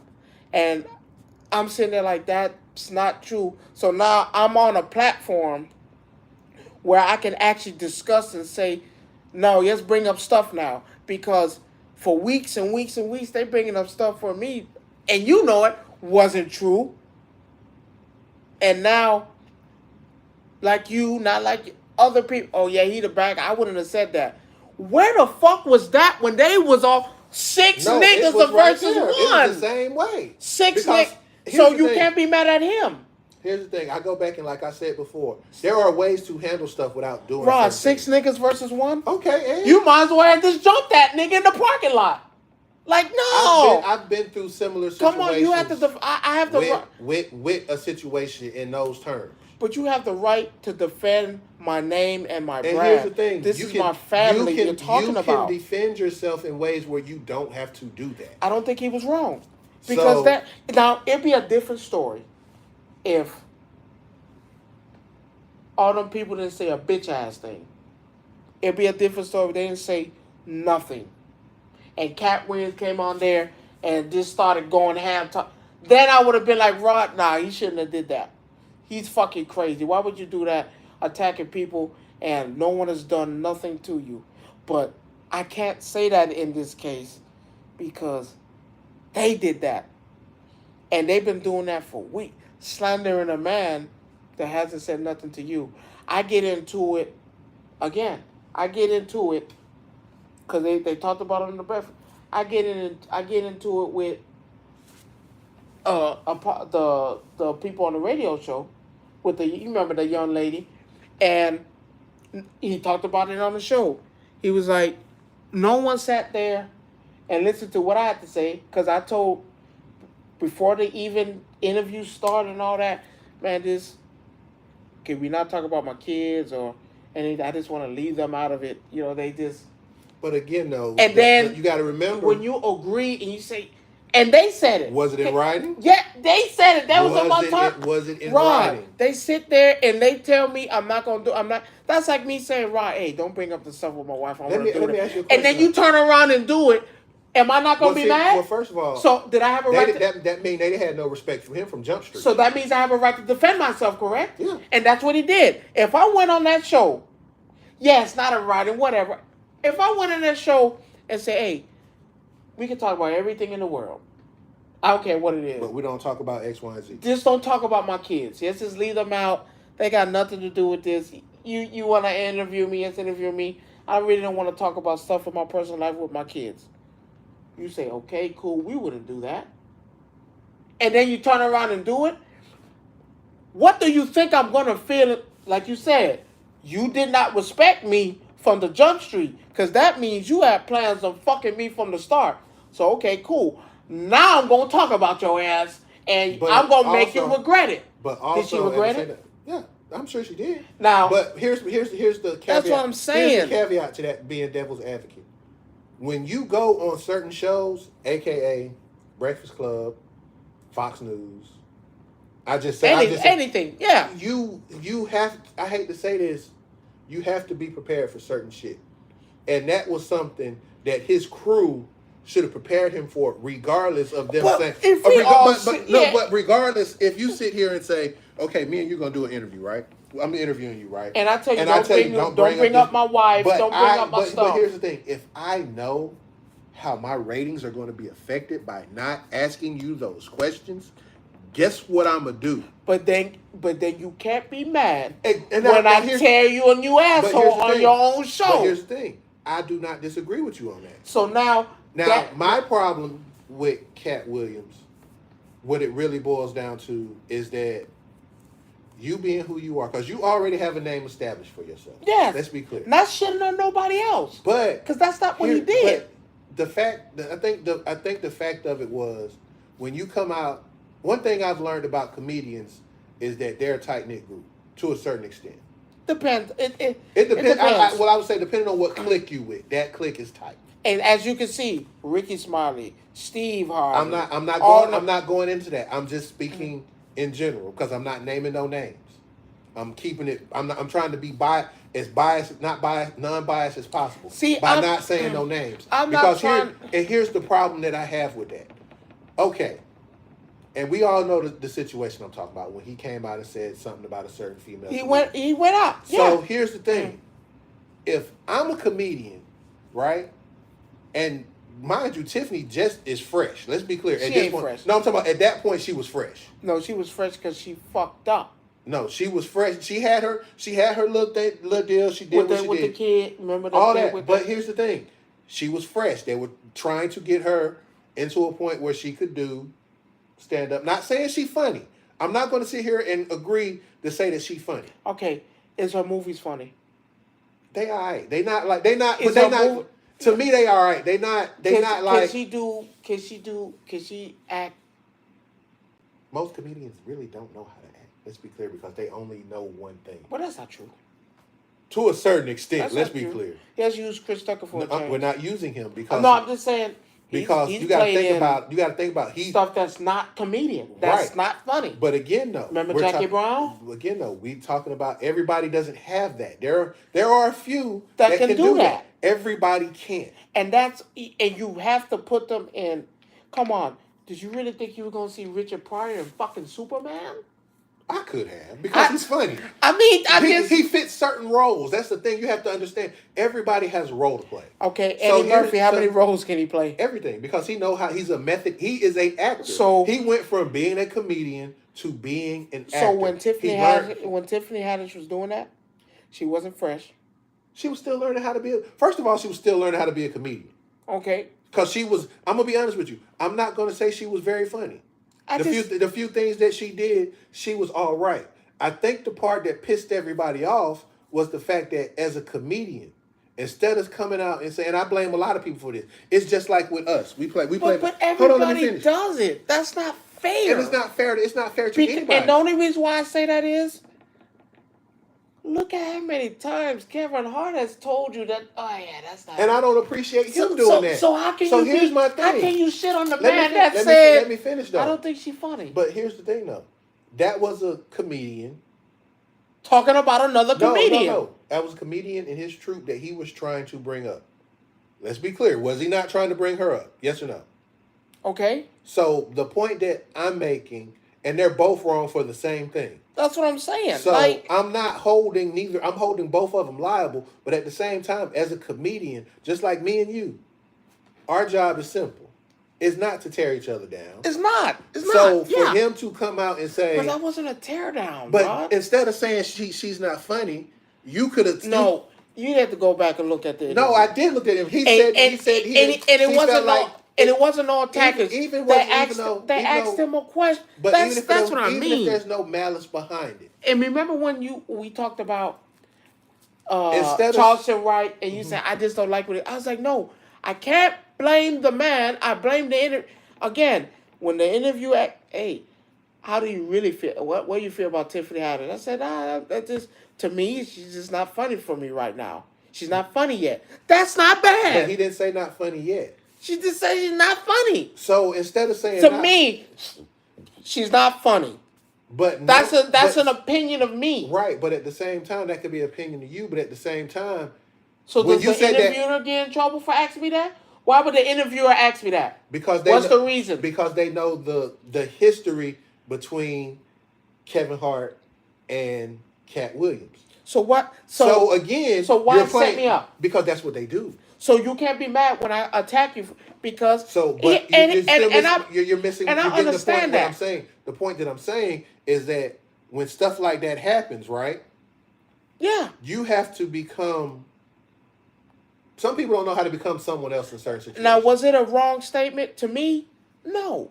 It's not a wrong statement. He could have. Now, my thing is, he didn't follow it up with anything else. Here's my thing. If he would have said to me, you would have had to care, though. Huh? You would have had to care. But see, again, you would have to. You would have to have something about that comedian. The question was already rigged from the get-go. From Jump Street. So again, people get baited into stuff and not realizing what they're doing. They knew if they could get him on camera saying something about somebody in Kevin Hart's clique, that Kevin was gonna respond. But what's crazy is where is this when he the light skinned dude with the hair? Fuck. He acted crazy. He said, I don't think he's funny. D. Ray Davis, I don't think he's really like that funny. Where was that? And that was way before the whole Tiffany Haddish thing. So is it like a tit for tat thing? Yeah, I believe yes, it is. And the only reason why I say it's not on Cat Williams' part is because you're looking at a man that did not start this. No, the media started. Yeah, you're looking at a man that. So you wasn't hearing from him. I get the self-defense part. I understand where you come in. You wasn't hearing from a man. When the last time you heard Cat Williams talk or attack at him? You wasn't. You didn't hear nothing from him, but yet you hear stuff about other comedians attacking him. But where does it come from? It comes from where? We just said it. No, it's not hate. It's not the other comedians. It's the media. Because you can't. Let's be clear. If I'm sitting here having an interview with you and you ask me about somebody that you know I already have beef with, you can't be mad. I'm going to attack you. Rod. So if I'm sitting here, me and you, I'm doing an interview with, let's say, I don't know, Sonic Fox, right? Right? I'm doing an interview with Sonic Fox, right?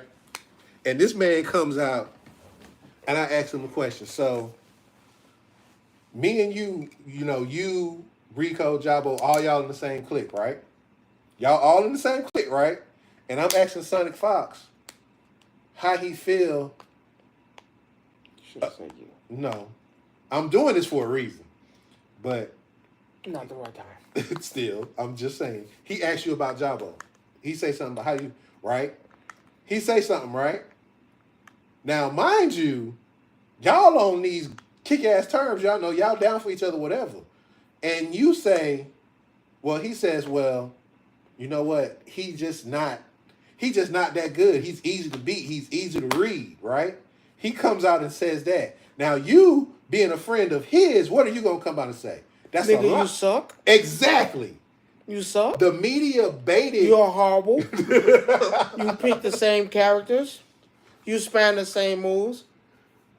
You ain't no real player. I don't think you have no real skill. I think you need to face a real nigga. The only game you could play is Mortal Kombat. Well, no, I can't say that now after what I just saw, but we'll come back to that later. Okay. But meet me in Tekken. My point. Meet me in Tekken. The point that I'm making. Meet me in Tekken. You just saw exactly what I said. You did exactly what I said. What happened? The media, 9 times out of 10, a lot of these beefs outside of Kendrick and Drake. I just don't like that. A lot of these beefs outside of Kendrick and Drake are media based because the media started. I just don't like it. I just don't like. And what happened? So the media started this between Kevin Hart. I just don't like that Cat Williams would get the end of a stick for something that, again, I have the right to defend myself. If someone I'm not saying that he doesn't. And that's what I'm saying. But when you go and look at the root cause of how shit starts, it's never. I would like an apology.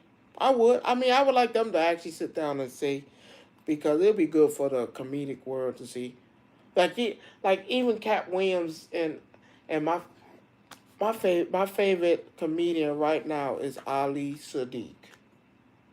My problem. And they had an issue. If they would sit down, if they sat down and they didn't have the cameras around, it'd be better. It would be better. But if there's cameras around, there's going to be a problem. And that's what I'm saying. Like the one with Kevin Hart and Cat Williams and Alex D, they had a problem. You know, miscommunication or whatever. I'm sitting there torn because I was like, man, I love Cat Williams. Cat Williams is funny, but I love Ali Sadiq. Y'all get a chance, y'all sit down, watch his stuff. Domino Effect 1 through 4. His stand up on Comedy Central. His stand up on Mexican Has Boots. Like I just, he is funny. And when they had an issue, I was like, damn, like I'm gonna give you another example. That shit sucks. Comedians fighting it's each just other. Like this. Okay, so it's just like this. Rumor has it that Drake sent Kendrick an invitation for round 2. To what? To keep this shit going that they started last Why year. the fuck would you do that? But hold on. Nigga, you lost 3, 4, 5 times. And hold on. He dissed you 5 times with the same song. Here's my problem. It's over with. It's media. And it's even more now because of the fact that they want Kendrick to do the Super Bowl in Louisiana. And my problem with this is, after listening to you earlier today, it's a power play on the part of keeping shit up. I'm going to say it like this. Fuck the NFL. Fuck Jay-Z. He wrong for that, man. Jay-Z wrong for that,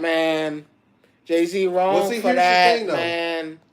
Only thing you told me today was... He wrong for that. Hold on, let me finish. The only thing you told me today that Kendrick's doing the Super Bowl show, right? He wrong for that, yeah. But here's also the other part behind it. He wrong for that. You don't know if Wayne is going to be there or not. That's the thing. Because you got to remember, even though when they did... Rod. Let me finish. Because remember, when they said that they did the Super Bowl in L.A. and you had Dre and Snoop and all of them, right? Mary J. Blige. Right. But again, hold on. It wasn't 50 Cent. But who was the star of the show? Who was the star of the show? You tell me. Who was the star of the show? Who was the star of the show? Drake. Not Drake. I mean Dre and Snoop. You had M come out. But again, the point that I'm making is that, yes, because even when Rihanna showed up, when she did her Super Bowl, she didn't do the whole show by herself. She had other people there. Where? At the Super Bowl, when she performed the Super Bowl. Oh, yeah. She did the whole Super Bowl herself. No, she didn't. She was switching clothes. She was in the Raptors. And every time she was switching clothes, somebody else was out there doing something. Not Beyonce. Not Beyonce. It was somebody else who did. No, she did the whole... Katy Perry. No. Listen to what I'm saying. There are other people that's going to perform besides Kendrick. No. Rihanna did the whole show. I promise you. Right, Rihanna did the whole show. I promise you that there will be Rihanna other people. did the whole show. Okay, if she did do the whole show, there was somebody. She did the whole show. She never switched. She did the entire. She can do that. 30, 35. She can do that. Here's my issue, because you about to piss me off. Why? Because he's headlining the show? You don't think that's a media grab? Let me ask you this then. Since you say Lil Wayne is the face of New Orleans, goddammit. I'm not gonna let you do this. So let me Lil Wayne is the face of the fucking New Orleans. If you think New Orleans, Lil Wayne is the whole face of that whole place. You're not gonna. Kendrick Lamar want to be there, all fine and dandy. It should not read Kendrick Lamar featuring Lil Wayne. So let me ask you this. It don't work like that. Would you rather have Kendrick Lamar or Taylor Swift? Man, give me Taylor Swift at this point. Give me Taylor. Headlining the show in New Orleans. Yeah, give me Taylor Swift. Why? Because if you're going to disrespect me like that, give me Taylor Swift. Nothing against Kendrick Lamar, because I really think Kendrick Lamar is fucking awesome. If he would have performed at the Super Bowl when Dre and Snoop was on. When it was in L.A. Yeah, that's where you're supposed to be at. Do not fucking play me. I'm sorry, Rob. I'm sorry. All day I'm trying to. Why? Lil Wayne. Lil Wayne is the face of New Orleans. Lil Wayne is literally New Orleans, and we're gonna cheat this man out of his. Kendrick Lamar want to be there, Rob. I'm okay. I'm okay. But so it should read Lil Wayne featuring Kendrick Lamar. Ain't no Kendrick Lamar featuring Lil Wayne. So let me That's ask, the biggest disrespect. What if there's another reason behind it that we don't know? Oh, no, I know there's a reason why. Jay-Z a fucking hater. That's what it is. Oh, yeah, we've been talking about who's the best and greatest of all time for years. And everyone keeps saying Lil Wayne kind of about... No, man. Well, remember, we just did the Billboard thing, and who was number one? Who was number one? Who was number one, Rob? Jay-Z was number one. What's the problem? What's the problem? And I'm... So here's my problem. No, we blocked this man. We blocked this man. You blocked this man. Here's the thing. There has to be some other reason behind it. Oh, I need to know. I would like to know myself. I need to know because with it being in New Orleans. Because remember when the Super Bowl was here in Atlanta, how many Atlanta people performed in the Super Bowl? Usher, prime example, right?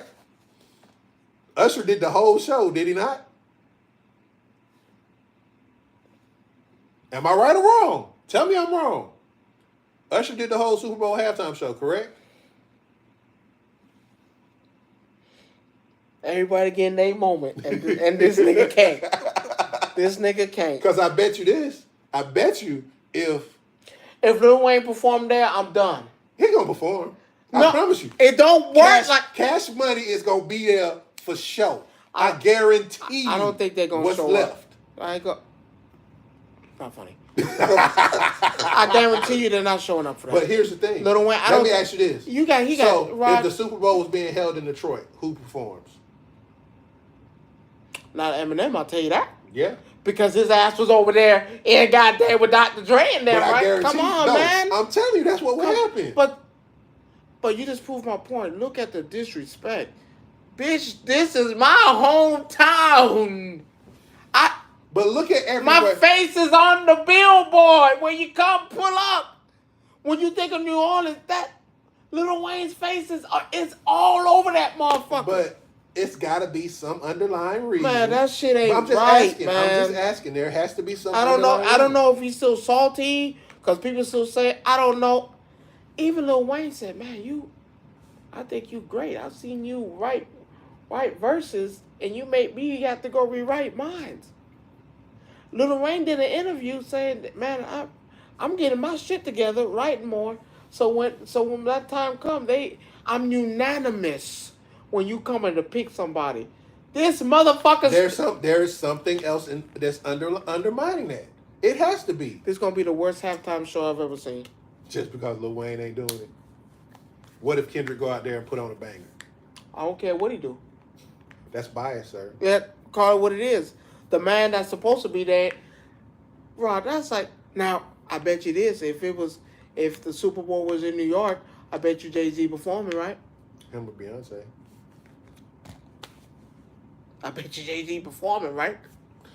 You know what? I'm gonna say this. That's bullshit, man. Let me finish. Don't cheat nobody out there. Shit. Come on, man. So mind you, he runs the entertainment brand. Fuck him. Hold on. Let me finish. Stop being so freaking. You get on my nerve with this shit again. No, stop wearing your shit on your sleeve. That ain't right. It might not be right. You know but again, is it right? I don't think it's right. But I'm trying to play devil's advocate to see why it's not right. Well, why it happened. One, they probably come out every year with a list of people that they want. No, I'm being honest. They come out with a list of people that they want to perform at this particular Super Bowl. Lil Wayne. No. I'm saying the NFL does, not him. That's what I'm saying.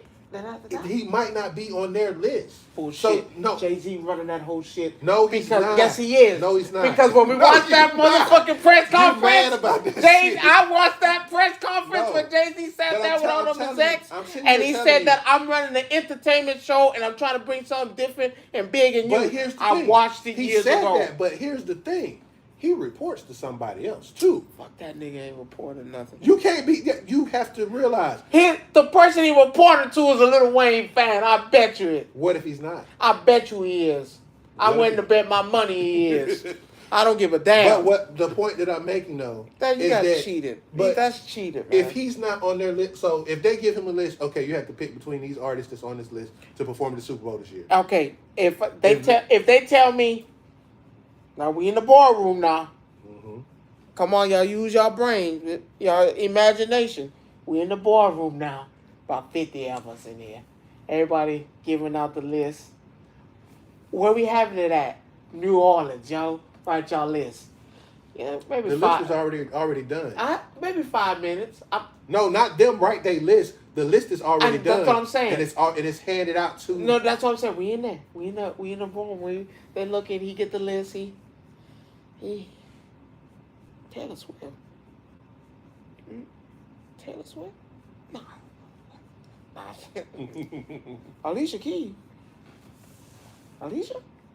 Nah, they blind. They not gonna do that. Damn. Bubba Sparks. Bubba Sparks. Oh Jesus! Did you just say Bubba Sparks? Bubba Sparks still do music? Nah, they ain't gonna be able to. Nah, that they playing. And then you get to the last one.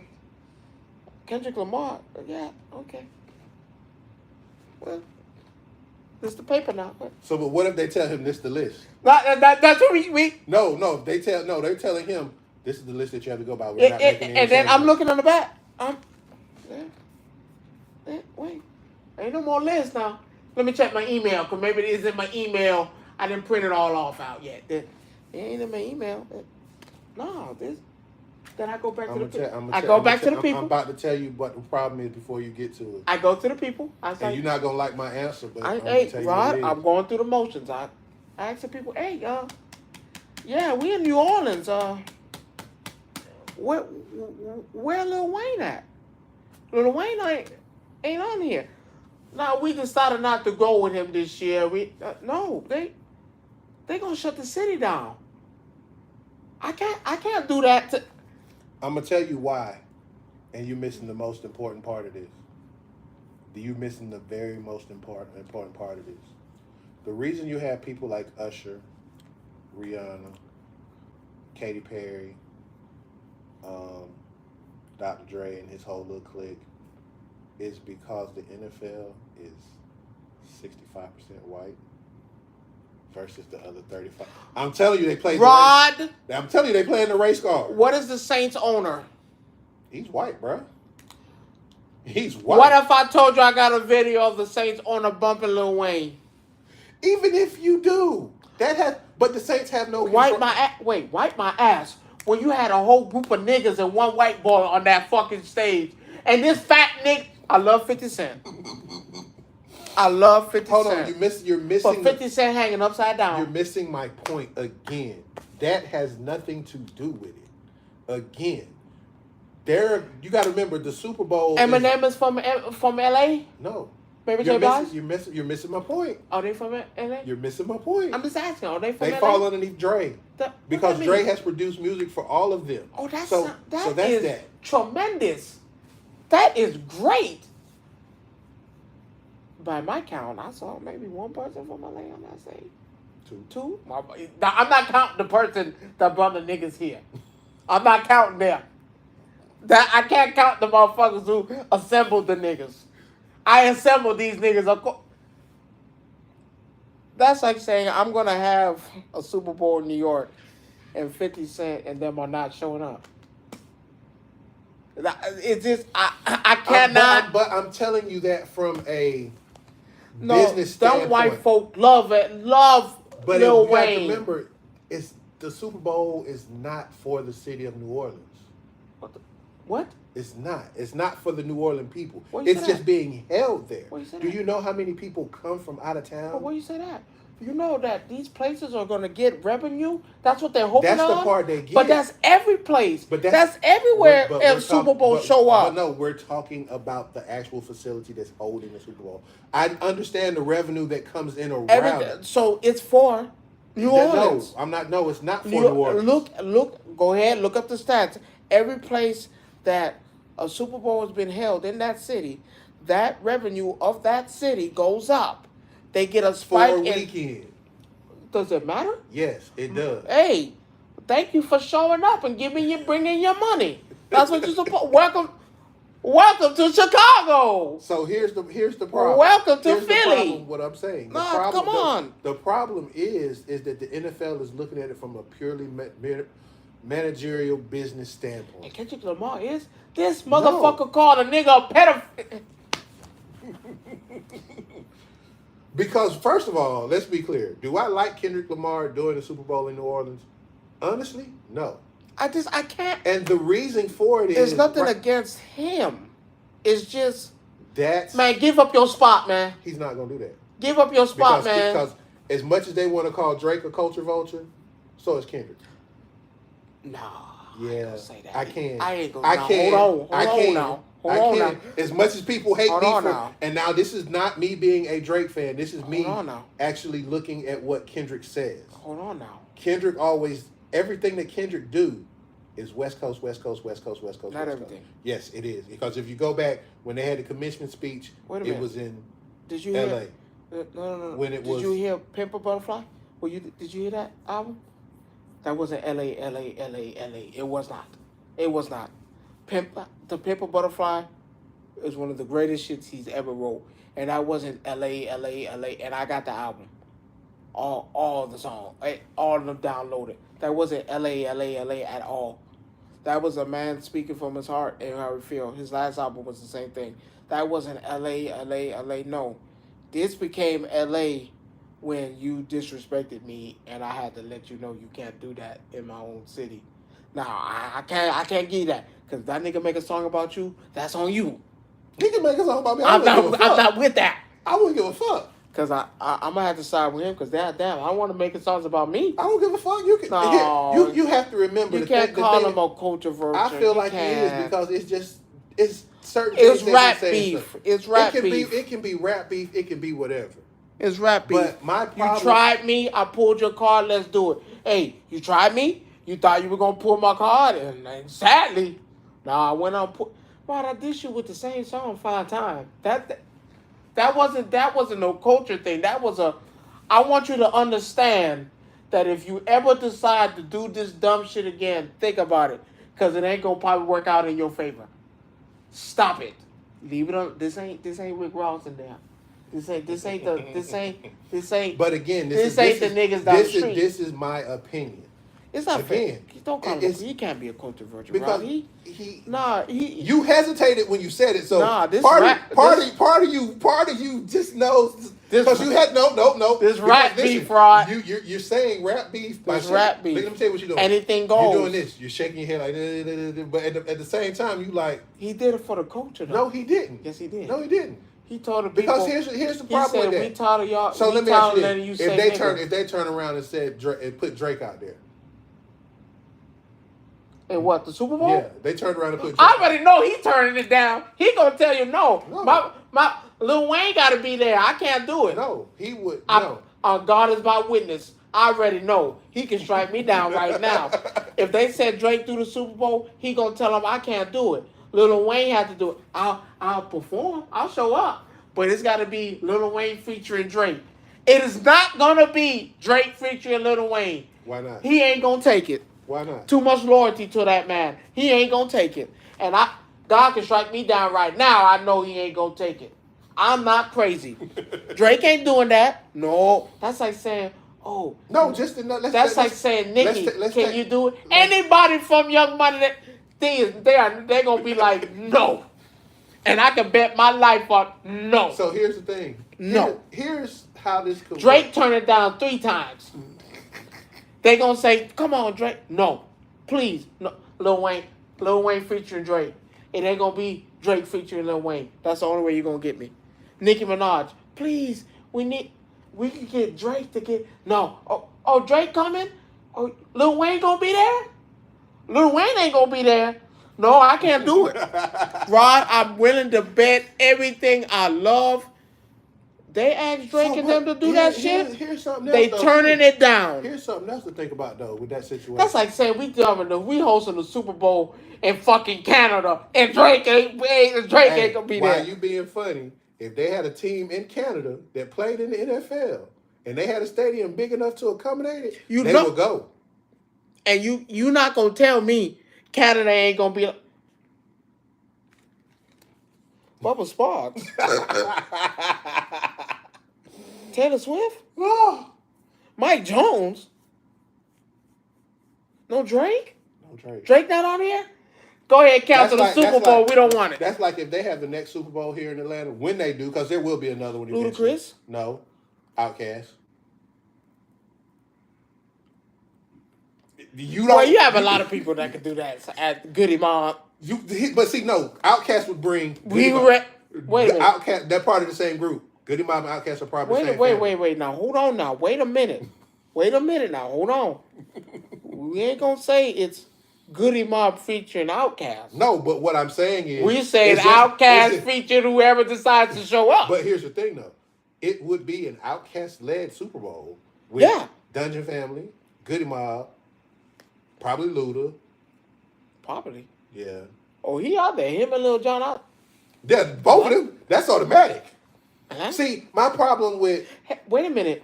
Usher did the Super Bowl last year, right? Who he brought out? Lil Jon. And? Hit all of them motherfuckers. Ludacris? Of course. Again. Alicia Keys? So here's... Damn. But it wasn't even here, though. What was it at last year? It wasn't here. Philly. Yeah. So, let's be clear. Now watch this. It didn't say Ludacris and Lil Jon featuring Usher, did it? And I just said Usher. They didn't say. They never told you who were the guest people at all. Exactly. So now, you didn't know who they were. So let's use that Kendrick Lamar. Yeah, Kendrick Lamar. I know where this is gonna go. Featuring Lil Wayne. You already know that's what's coming. We don't want. That'd be the biggest disrespect. You know that's what's coming though. That'd be. You know that's what's Lil coming. Wayne has to. I'll let you do a song. Half a song. Matter of fact, don't do no song. Just stand there. Everybody else do it. Just stand there. Be a supporting cast. Don't they have a song together somewhere down there in their catalog somewhere? Well, I don't know. No, you can't do this. This is blasphemy. You can't. This is diabolical. You can't do this. You want to hear something diabolical? You said fuck a nigga in his own city. So you want to hear something else that's even more diabolical? So I was having a chat with somebody about two particular games, right? One of them, may his soul rest in video game heaven. There was a game that Sony just released called Concord. Died. Lasted 8 days. Died. And then the day that it died, Astrobot came out. Lived. What you mean lived? It lived. It's beyond lived. That's what I said. One had to die for the other one to live. So Sony diabolically, and I tell my friend he was so right about this. Now that I look at it, they killed off a game to make another game better. And the crazy part about this goes into... You're going to be mad. Monkey King. No, there's no. Monkey King. What you mean? Monkey King died because everybody was arguing me. Oh, no, that's not that. Yes, it is. I want you to go. I seen it. Look up the picture for Monkey King and then look at this nigga right now. That is the same. One had to die. We just upgraded the nigga and made the bosses. So here's my thing. A lot of people talk about it's September. Game of the year. I'm not talking about Black Myth. No. I changed my stance on Game of the Year for Black Myth. Only reason why I say that is and Zelda coming out. I'm not worried about Zelda just yet. Zelda coming out. My thing is Mario Brothers. Like I was telling you, there's too many other games that's coming out. And right now... Funko Pop Fusion. That... Don't... You're a fucking fan. This is like you disrespecting the Super. Don't you fucking do it. I wouldn't give it. Don't you do it. You crazy. That's in there. No. When they sit there and tell you can... I'm going to tell you how it's going to win Game of the Year, too, if it's nominated. It's not. It has to do that. It has to do that. If If Funko, it doesn't do if that, Funko Pop comes out if it doesn't first do day, that, if it doesn't do that, it won't be game of the year. they fucking tell you, go on your shelf and pull your pop figures. You better keep the box, and you can scan your pop figure box in there. I just bought a Wilt Chamberlain. You mean to tell me I'm gonna be Wilt Chamberlain in this fucking game? I just bought Richard Simmons, the workout nigga. I get to be him in the game. If you let me be Michael Jackson, if you let me be Hannibal Lecter, if you let me be Rita, it's not going to work as how you think it is. Stop I don't hating. think no, because they're not going to. The problem is we don't know the game not out yet. I'm not the technology. Technically, the technology is there for that. It is. The problem is you can scan your shit on the PlayStation or type in the serial number on the box. Here's the problem though. They're not going to implement it. You don't know that yet. I do know that. Because they said there's a big surprise. It's probably another character that hasn't been named yet. We are assuming. I'm telling you, they said they got a big surprise, and I know what the surprise is. Because I spoke to them. Oh my God. Stop acting like you everywhere and you're not. I spoke to them. They told me personally, Rome, I got you. I know what you're looking for. I know what you're trying to do. I think here's the problem with that. Everybody would love Rob, to have that I'm telling feature. you what they emailed me. They said, I know what you're trying to do. I know you want to have Captain Planet in this game. And I'm here to tell you. They already got, 50-some-odd pops in the game already. I'm telling you, they said Captain Planet going to be in there. I'm going to let you be Captain Planet. Okay. Rod. Here's the thing, though. They don't give me that, the game going back. Well, you know it's going back then. Because they're not doing that. You don't know that for sure. I'm telling you they not. Because that would have been... You know how you sell a game like that? That's the first thing you mention. No, we need surprise. No. Surprise. No, yeah, that's a surprise. No. Right. Because I'm telling you... When they came out and said, we got a surprise for you. We're not talking about a fucking character. I'm talking from a marketing standpoint. Rod, how do you destroy a game before the game even... No. The other games before they even come out? Because you already sit here and you press the narrative. Mortal Kombat didn't do it. Mortal Kombat is not this game. Mortal Kombat didn't do it. Call of Duty didn't do it. A lot of Call of Duty didn't come out and give you... Call of Duty came out and said, this is what we're giving you. And we got some little extra for you. Every game does that. Well, we got this. You're gonna expect this. But me being a businessman, from a business standpoint, you market your best asset. And Call of Duty did that. They marketed their best asset. But that's not even no. partially what you could do in this game. No, you're not. I didn't give you everything. No, I but gave you a should have gave them the most important thing, and that's what Call of Duty did. They gave you the movement. So that's what everybody wanted. What you think is the most important thing is going to be in this Funko Pop game? If that's the most important thing in the Funko game, is characters. It should be the ability to scan. They should have came out saying, "Hey, with this game." But we don't know that yet, Rob. But here's the problem: the game comes out this month, and I'm here. And here's the problem: that is something that you use as a selling point for pre-orders. I wait right there, because when they say, "Go ahead, get your Captain Planet, nigga. Go scan that nigga. Go type in that number." I'm telling you this from a true business point. Here's that might not happen. Think about it. Even with the Zelda marketing for the new Zelda game, they still didn't give you everything. Yes, they did. They just showed not even a week ago that she will be able to turn in the link for 10 to 15 seconds to do something. They're giving you the stuff to market the game. Okay, what about God of War? Did they give you everything in God of War? No. They didn't give you shit for God of War. It just fucking popped up. Let's be clear. No, not the DLC. I'm talking about that. No, the actual game. It popped up. No. The first God of War when they started on PS4, it popped up. I'm talking about God of War 4.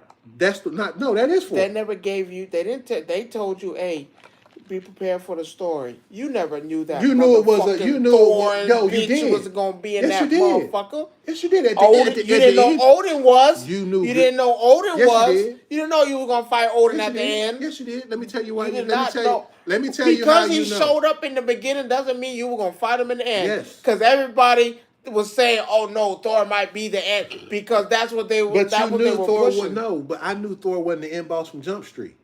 I knew Thor was going to be the first thing you dealt with because of the way it ended. But he still wasn't the first thing you dealt with.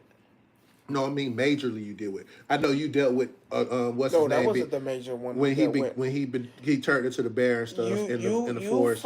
You You fight feel old girl on the goddamn on the sled. I know that. your for Thor don't be a Thor comes after the whole shit on Thor the don't be a sled. problem. You fight Thor 3 times, Yeah. and the last time you fight Thor, you would have thought he's the end boss. No. No. I knew Zeus I knew not Zeus. Odin. I knew Odin was end boss from the beginning. When they had the first conversation in the end, I knew. Of the last one? No, of the first one. The second one. They had that first. No, the first one. Yeah, yeah. When they had that conversation in the end, and Odin was standing there, and he tells him, "Okay." When Odin walks out, and Thor said, "Yes, I did." You could have tell that he could have been talking about Thor. No, I knew he wasn't because Odin had his hand in too much at the start of the. One thing about video games that I learned: the person who has their hand in the most shit at the beginning of the game, 9 times out of 10, is the final boss of the game. Not necessarily. Listen to what I said. 9 times out of 10, they're the final boss of the game. Let's be clear. Because you thought Kazuya was the final boss of the game. No. And he ain't. Kazuya. And he ain't. He ain't. Not even by a long shot. We already know who the final boss of Tekken will always be and forever will be. So, yeah, he wasn't even the final boss. When everybody says that, oh, Kazuya's, the game's over, Hahashi's dead, when did this nigga die? He never died. Yeah, even proof he died, but whatever. But again, we know okay, I give perfect example. Black Wolf, Black Myth. You can't even tell me who's the fucking boss. Who's the now here's boss. The thing. Now here's the thing. Who's the mini boss? Here's the thing about that. When the first battle of that game, what? And you're watching. Not that we here. Where are you at? Where are you I'm at? Somewhere in getting ready to hit chapter 2. I'm somewhere in there. But did you beat the guy with? Did you beat the rat? Oh no, you didn't get there yet. I got there yet. So, but what I'm saying, who do you fight for? Oh man, you fight. Damn. What I'm saying is, like, if we're talking about bosses and stuff, right? So, when you start this game, and of course, you know, the worst. It's like you don't easy. 2, 3 rats. Easy. I'm not talking about the Rat King. Leave it alone. No, that's who you first fight I'm talking in the about. beginning. I'm talking about the dude. No, I'm talking about the dude that you fight in the in the prologue where you're learning your controls on how to dodge, parry, and all that. That was a load of bullshit because you ain't doing none of that shit. I don't know why they gave you that. I would have just waited for the game to download. They gave you all your max abilities and everything just to take them away from you when you get. But that you know I was stupid and played the whole thing. I'm thinking I'm finna start. So, but the point is, you didn't know if he was the end boss or he was just the boss before the 4 big motherfuckers that's standing behind him. I was starting to think. Am I right or wrong? I was starting to think you probably working for that nigga. Because I was like, even my wife said, "Damn, I can't wait." They don't like you at all. My wife said, "I can't wait for you to fight the big blue nigga." And I was like, God damn. I was like, shit. Bro, I'm sitting here like this, right? Okay, I got my parries down. I got my dodge down. Okay, cool. No, you don't. That's what that. No, I'm saying. Don't. This is what I'm feeling right now. You feel that way. No, you don't. That, right? So I get down, and they go through the story that you're basically a reincarnation of him. Or the one you fought in the beginning. No, the one that you play as the beginning. You're a reincarnation of him. So I'm like, okay. I can get to the point where, okay, I gotta basically build myself up to become him. Right? So you get down there, you run into the little rat people at first, like, okay. Easy. Ta-da! Dead. Well, not even that. Once they teach you to charge up, they dead. Them just going through whacking the niggas on their head. One hit. Till you get to the first mini boss. Who was your first mini boss? The fucking blue guy. Who? So you know when you go to the first shrine, right? No, it's not the first shrine. It's the second shrine. And they give you the ability to turn into the little the golden whatever the damn fly looking thing is. Oh, yes. Okay. Big Buddha head. Yeah. You get to him and you like, the fuck is this? stepping on your ass. So, I'm trying to dodge, roll, dodge, roll, dodge, roll. Nah, that shit don't work. Then the little whatever dude, whoever he is, the rat dude, the one that come out the incense at the shrine, shit. didn't say shit to you. He said, "Oh well, here's this. This might help you this will help you freeze time. That's when you get your first ability. This shit don't work." Maybe so I'm like, seconds. so I'm saying, okay, maybe I'm not strong enough. That was the first thing that came to my mind. So you know where the fork in the road is right before you get to him, right? You went on the bridge. You skipped it. No, I didn't skip it. I went this way, and I ran into the fucking fisherman in the goddamn lake. Yeah. I'm like. And then if you skip the fisherman and then go straight on the bridge, you gotta have a nigga shooting arrows at you. Duck, dodge, hit. You go down that bridge, then you gonna fight that nigga, that rat with the damn stick when you get the rod. The game is now. Here's the thing. The only reason why I can't really say game of the year now is because all day today, as much as I like Black Myth, I'm not gonna lie, I do love it. Watching Astrobot being played today by a lot of people. Watching Submarine, they ain't did it for me. I mean, here's my thing with Black Myth. Where I'm at, the fact that you cannot change the setting on this bitch to save your life. I love it. Is driving people crazy. But that means you have to be careful with. You have to play this fucking game. No, not even if you play the game. You have to take those points that you earn and put them in the right place. Because if you do not, listen. I fight the one you're talking about, big baby blue head. Big baby blue head. I'm here to tell you that motherfucker was blown. I was like, yo, it get bad when you have to look up how to beat a nigga. No, it don't. No, I'm looking it up, and then you get upset. Controller throwing time. Because I'd have known that. So to beat the first guy is straight up combat and don't let him do shit, freeze, and you keep hitting him and you stay. I was like, you have to be shitting me. I'm over here dodging, rolling for my motherfucking life.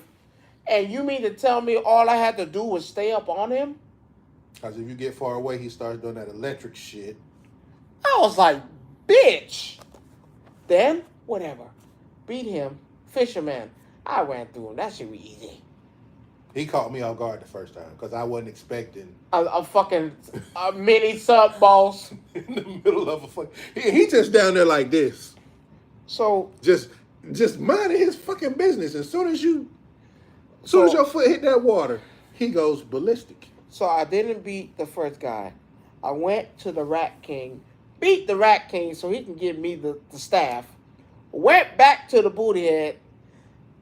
Still getting your ass whooped. No, beat his ass. Because I did you have to stay up combat. Left him, then you got to fight a wolf. Easy. I'm going to tell you the hardest shit for me. Fighting this motherfucking tiger. This tiger took me Kung Fu Panda tiger? Yeah, I know.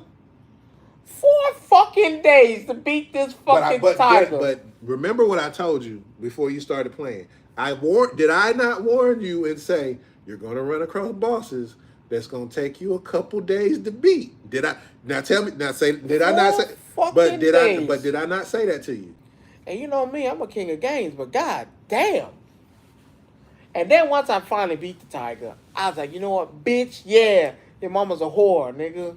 Yeah. Talk your shit. Then turn the corner, another motherfucker. I was like, bitch, I had no life. No gourd to drink out of, no nothing. None of that. I was like, yo, really? You know what? I'll come back later. Really? It'd be that way. No, I walked through it. I wasn't expecting someone to be there. Man, and tell me why I went all around. Went the wrong direction. I beat the rock dude. But see, people say the game is linear. The game is not linear because there's so many branches where you could branch off and run into bosses that you're really not supposed to run into. One of the guys that I saw, he was playing and he was fighting. I don't remember which one he was fighting. He was fighting one of upper echelon bosses because he was on like chapter 5 or 6 or some shit like that, somewhere up that way.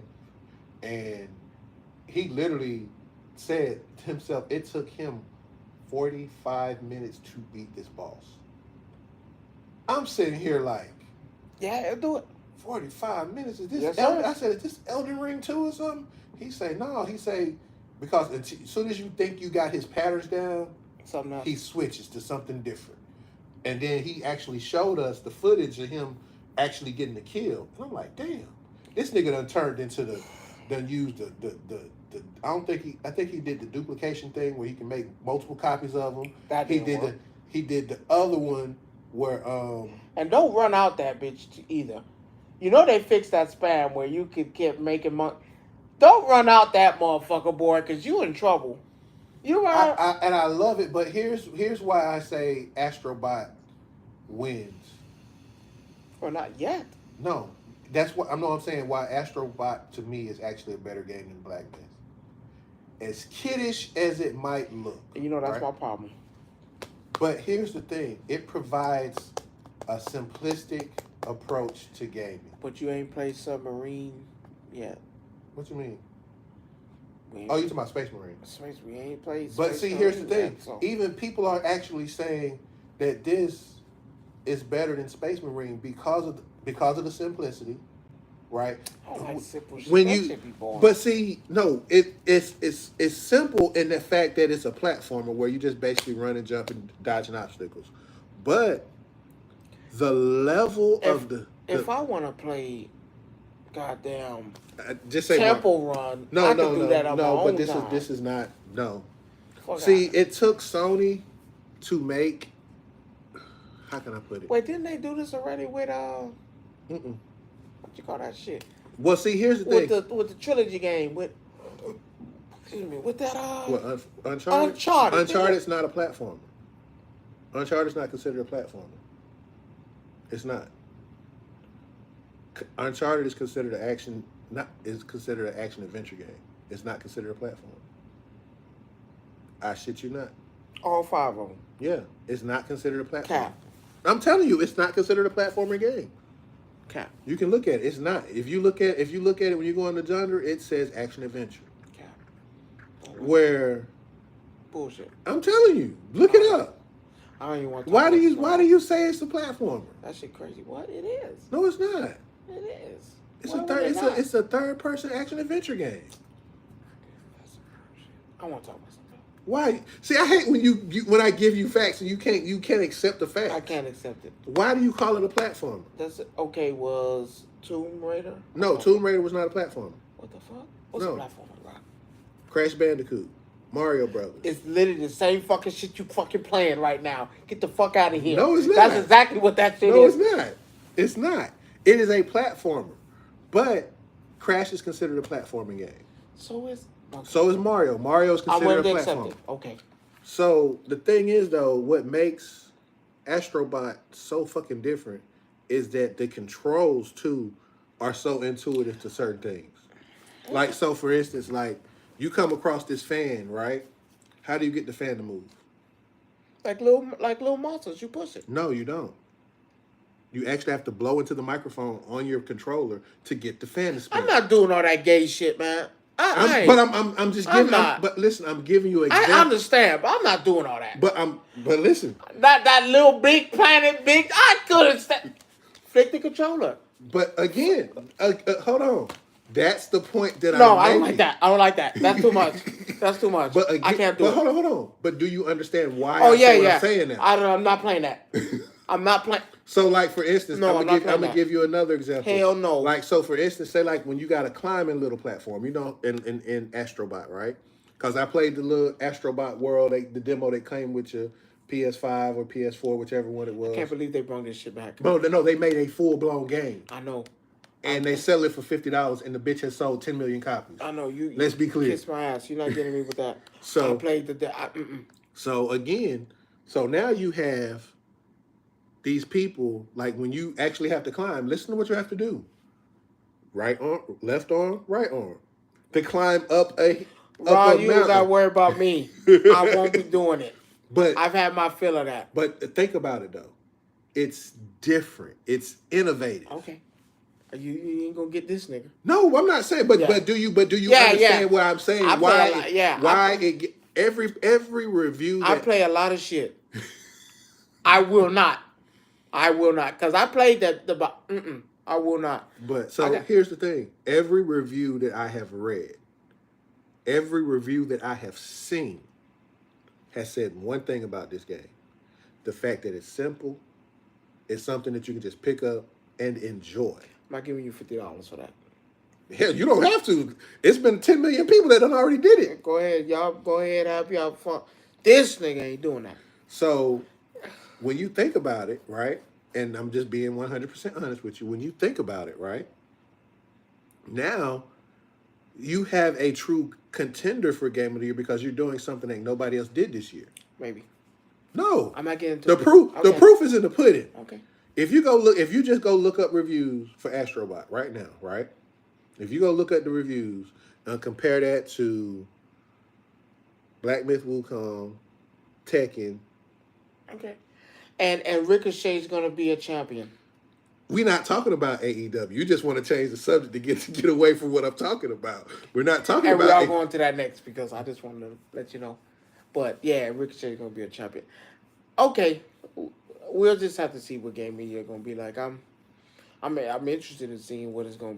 It depends because remember like you said we got Zelda. We got Zelda coming out this month. Mario, you got the Mario and Luigi brothership, and I'm trying to figure out what that's gonna be like. Because I remember the first. Okay, because remember whatchamacallit came out in November. What about Peach? Princess Peach. It's a platformer, but I don't know. That wasn't bad. It wasn't bad either. It wasn't bad, but it wasn't nothing to really write home about. You know what I mean? For it to they gave it for it to stand alone. Yeah, for her to stand alone in the game is great. So I could see Nintendo moving towards using female leads in certain games. Because again, I'm okay with that. Like The Legend of Zelda, you literally get to play with Zelda, but she has an ability that lets her turn into Link for so many seconds throughout the game. I didn't like that. If we gonna give her own, man, give her own shit, man. So again, now I would say this. You have to put these games out as soon as possible at this point because if you want to make that race. Well, I think they start talking about Game of the Year in end of November. Now, let's talk about the big one. Odyssey Jones. I don't understand that one. They say he had domestic abuse. I haven't seen why. That's the point that I'm making. That shit crazy. You see what I'm saying? I haven't seen. The only thing I've seen was he was cut. I haven't seen the domestic. Yeah, I saw something when he put up. He had a domestic violence dispute. So my issue with that, if that's true, then guess what? Gone. We don't do that. Yeah, that's one thing. First of all, look how big you are. You have no reason putting your hands on a woman at all. If it is true, hey, the hell with you. You got to go. Yeah. Then, of course, we know tonight is the finals of the Intercontinental Championship thing. Okay. That's the only big thing on the card for me, anyway. Okay, watch Jay not win. And if he wins, let's play devil's advocate. Finally. If he wins, then they're going to take the belt off Breaker and give it to him. And that'd be the stupidest thing imaginable. No, because I think the title. You just beat the nigga for it. No. I said Jay, not Sammy. You just beat Sammy for it. You ain't had that much of a title. Sammy didn't really have a title run. Sammy did. He defended it. Yeah. He defended it. But see, are we going to have another Gunther situation? Because that's what it feels like. He defended it. Am I right? Are we having a Gunther situation again? No, you'll never have a Gunther situation again. Maybe with... No. No, I'm saying that because Gunther defended this shit all the time. Think about it. He defended his shit more than Seth defended the belt when he was champion. I'm talking about the Intercontinental Champion when Seth was champion. Am I right or wrong? So again, we have to compare legacies of that Intercontinental title. Sammy did defend that belt, though. Let's be clear. He defended it. He defended it. Now, Breaker hasn't defended that belt in 3 weeks. like, come on now, we gonna take the bitch from him already? But here's be fair. Yes, be fair. Don't take that belt off that boy when you just gave it to him. Because if that was the case, you should have left it on Sammy and let Sammy go against Jay and even though I'm not a fan of face versus face, but it builds up something. Because right now you have nothing. Don't take that belt from that boy. He just fucking got it. Now here's what I would do. Here's what I would say. He just got it. Let me finish. Here's what I would say. I would say you do let Jay win, right? Win, not the belt. Let him win this match. Goes on to face Breaker. But then you bury him. No. Still burying him. You let somebody, bloodline related. No, we passed that. No, we're not. No. You'll never be past that. We're past that. You cannot keep trying to bring that. No. The reason why we sent him is because we felt like he could do it on his own. He's on his own now. That's the same problem Rikishi's having with him. Because they feel like he's not being utilized correctly. I am not a tag team specialist all the time. Even a tag. I don't want him to have a tag. Matt and Jeff Hardy, have they both won world championships? Mm-hmm. Triple H, Shawn Michaels. Yeah. Undertaker, Kane. Mm-hmm. Stone Cold, Triple H. Yeah. So, but again, I agree with you to the point. So like stop. But I don't know what booking they're using, and it's a problem for me. Yeah, personally. stop. We gotta stop that. But here's what I'm saying: all tag team champions, who are tag team champions, opposed to a certain few, both partners actually win gold. And correct me if I'm wrong. I mean, real Matt and Jeff, the Hardys. Because Matt and Jeff both, I think one of them had the U.S. title at one point in time. No, one of them had the ECW World Heavyweight Champion, Matt. No, but one of them had the U.S. title at one point in time, I believe. One of them had the Intercontinental at one time. No, that was Matt and Jeff. Yeah, no, come on, it's my problem. It's a rite of passage. My problem is, I feel like if they don't do this whole situation right, you cheat. If you cheat Jay out of this shot, right? Somehow the way he don't win this, right? You bury him. Say he lose because of Judgment Day interference. It's so many different ways this shit can go wrong for him. I'm gonna tell you how this is gonna end. Him and Damian Priest being tag team champions, and I'm gonna be highly upset because now you're relegating him back to. Because this is not. He's a singles competitor. But he says he doesn't, and that's the thing. I know we talk about playing ball and playing your part. No, we tired of that. He's done that already. But again, we know this. Yeah, he's done that now, already. Here's the thing that we go back and say. If you think about it, let's use Ricochet for an example. I'm not talking about in AEW. I'm talking about over in WWE. That stupid nigga. He ain't gonna be no tech. He's fighting with Willow Spray. Yeah, you'll probably do it one day. You'll probably do it one day. I saw them too with their little interaction. Like, okay, keep that shit to yourself. Did you just say that I'll be a champion one day? My thing that I'm saying is, right, this is how you create Ricochet situations. Idiots.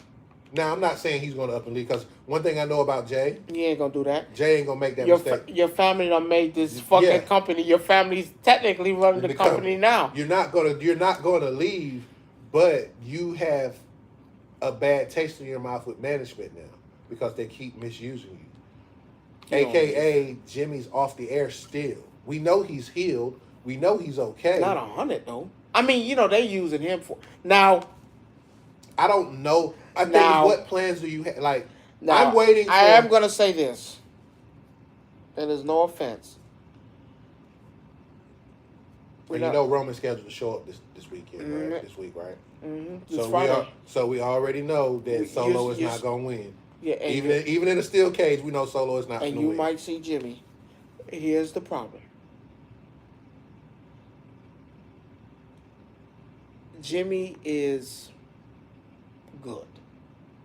But he's So which one's better, Jimmy or Jay? Jay. All around better? Yes. Hence the reason why we put the backing and the more main events and On Jay. Because I'm not gonna lie, he is a main eventer. okay, I hate to say it. Okay, cool. He is a main event. Not Jimmy. I'm talking about Jay. WrestleMania. What, Jimmy and Jay's match? Yeah. Was that even close to Matt versus Jeff? No. Undertaker versus Kane? Damn. Like it Triple H versus No. Shawn. Anytime you put Triple H in a match, I'm gonna be like this. 12. I am a Triple H fan. 6 stars. I give him max is 5. Let's be clear. I said 6. I know. Like 6 remember stars. when him and Stone Cold was wrestling? I saw that clip the other day, right? Where they was wrestling and Stone Cold hit him with the stunner and Triple H was just stumbling around the ring like this. You can't get better than that. Hell, even Austin Theory has sold a stunner that was so fucking unbelievable where this nigga jumped up and bounced off the mat. But again, anytime you mention certain names, Undertaker and Kane, Shawn Michael, Triple H, Triple H and Stone Cold. Mind you, had all Hold on, matches, let me finish. Had all matches at Let WrestleMania. me finish. John Cena versus The Rock. You think about those matches that they've had at WrestleMania. Were they tag team champions? Hell no. No, what I'm just saying in general. You know, during the road to WrestleMania, they end up tagging against somebody because Vince was being stupid. Yeah, since y'all got to fight at WrestleMania, we need y'all to work together for these next couple of weeks, fighting off this, a mini storyline, basically. They just threw in there. We've had that with a lot of different people. Think about it. You had that with Roman and greatest of all time.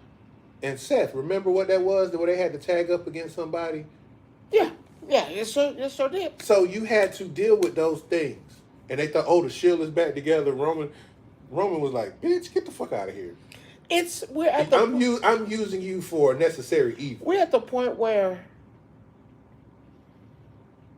I'm done with the tag team division. It's getting old. It's just not there. Not a fan of DIY. Even though you don't like this, but I don't care for Dawkins. No, I can agree with you the Dawkins part. I love fucking Montez Jordan. Montez Ford. I'm sorry. I think Montez is a future champion down the road somewhere. And he's holding them up.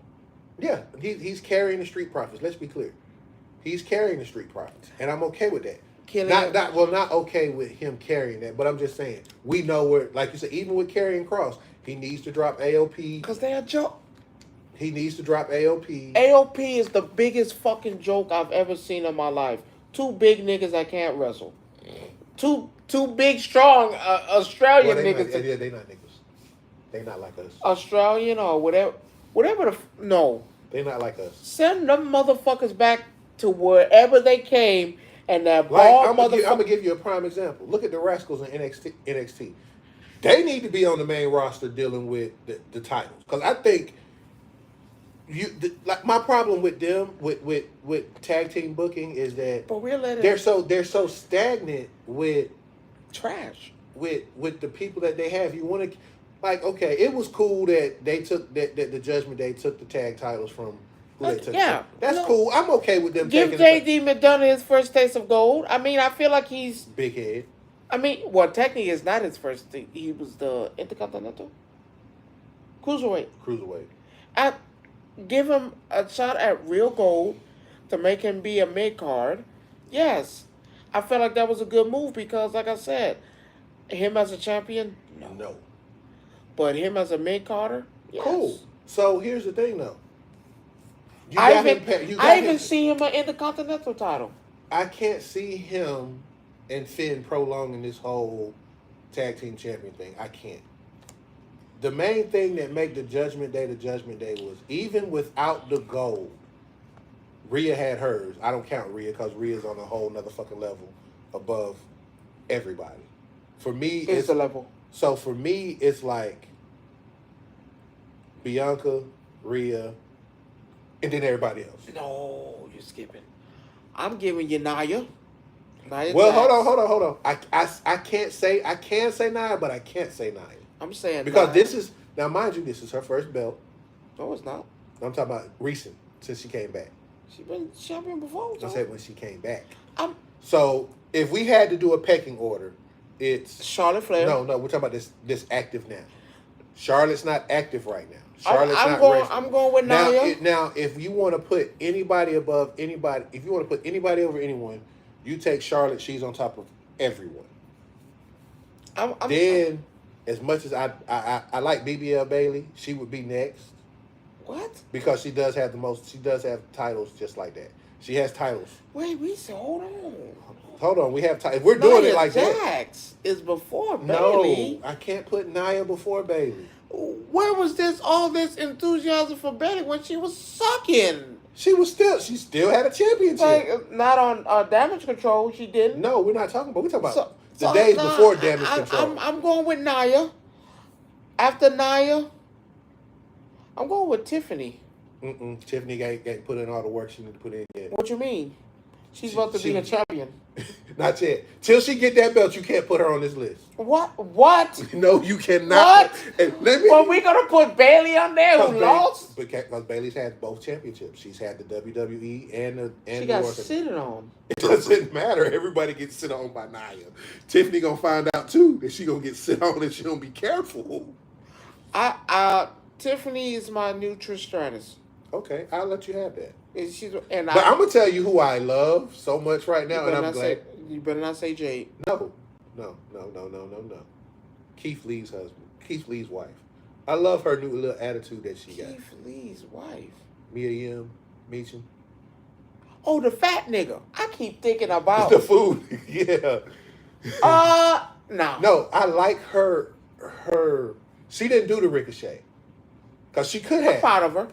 She could have. You just have to realize that you're just not. Hey, come there, do your job, baby. We give you your money. Yeah, and she's fine with that. But remember, though, she has learned to play her role. She has beaten people that she has not should have beaten. Let me tell you. Like, let's be clear. When Tiff lost on Friday night, I was surprised that they let that happen. I didn't like that either. I was surprised that they let Bailey beat her. Like, come on, man. Well, you gonna make her another contender? You crazy. But I'm gonna tell you a person who ain't been the same since Nia sit on her. Goddamn Valkyrie. Oh man, Nia, he got to tell me.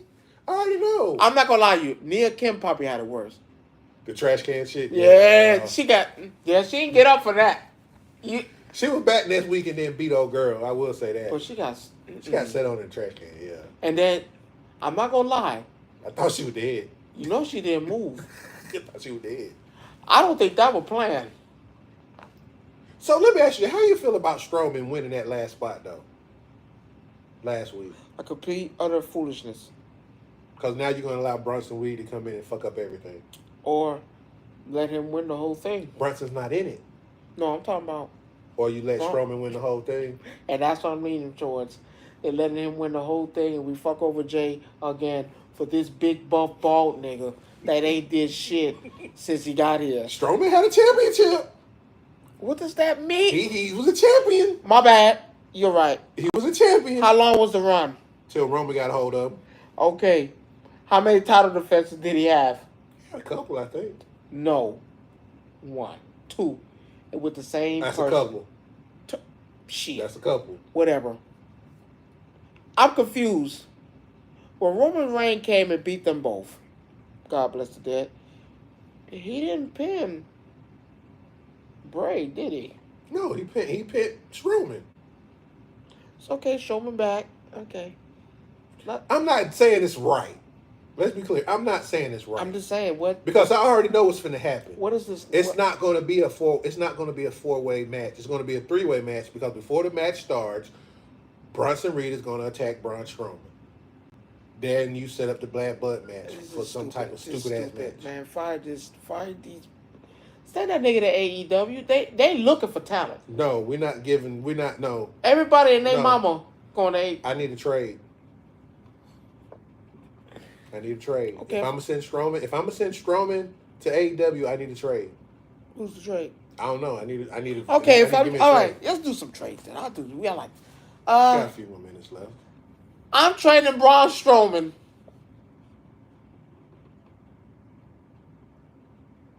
Give me Swerve. Bring him back. That's fair. Give me Swerve. Okay.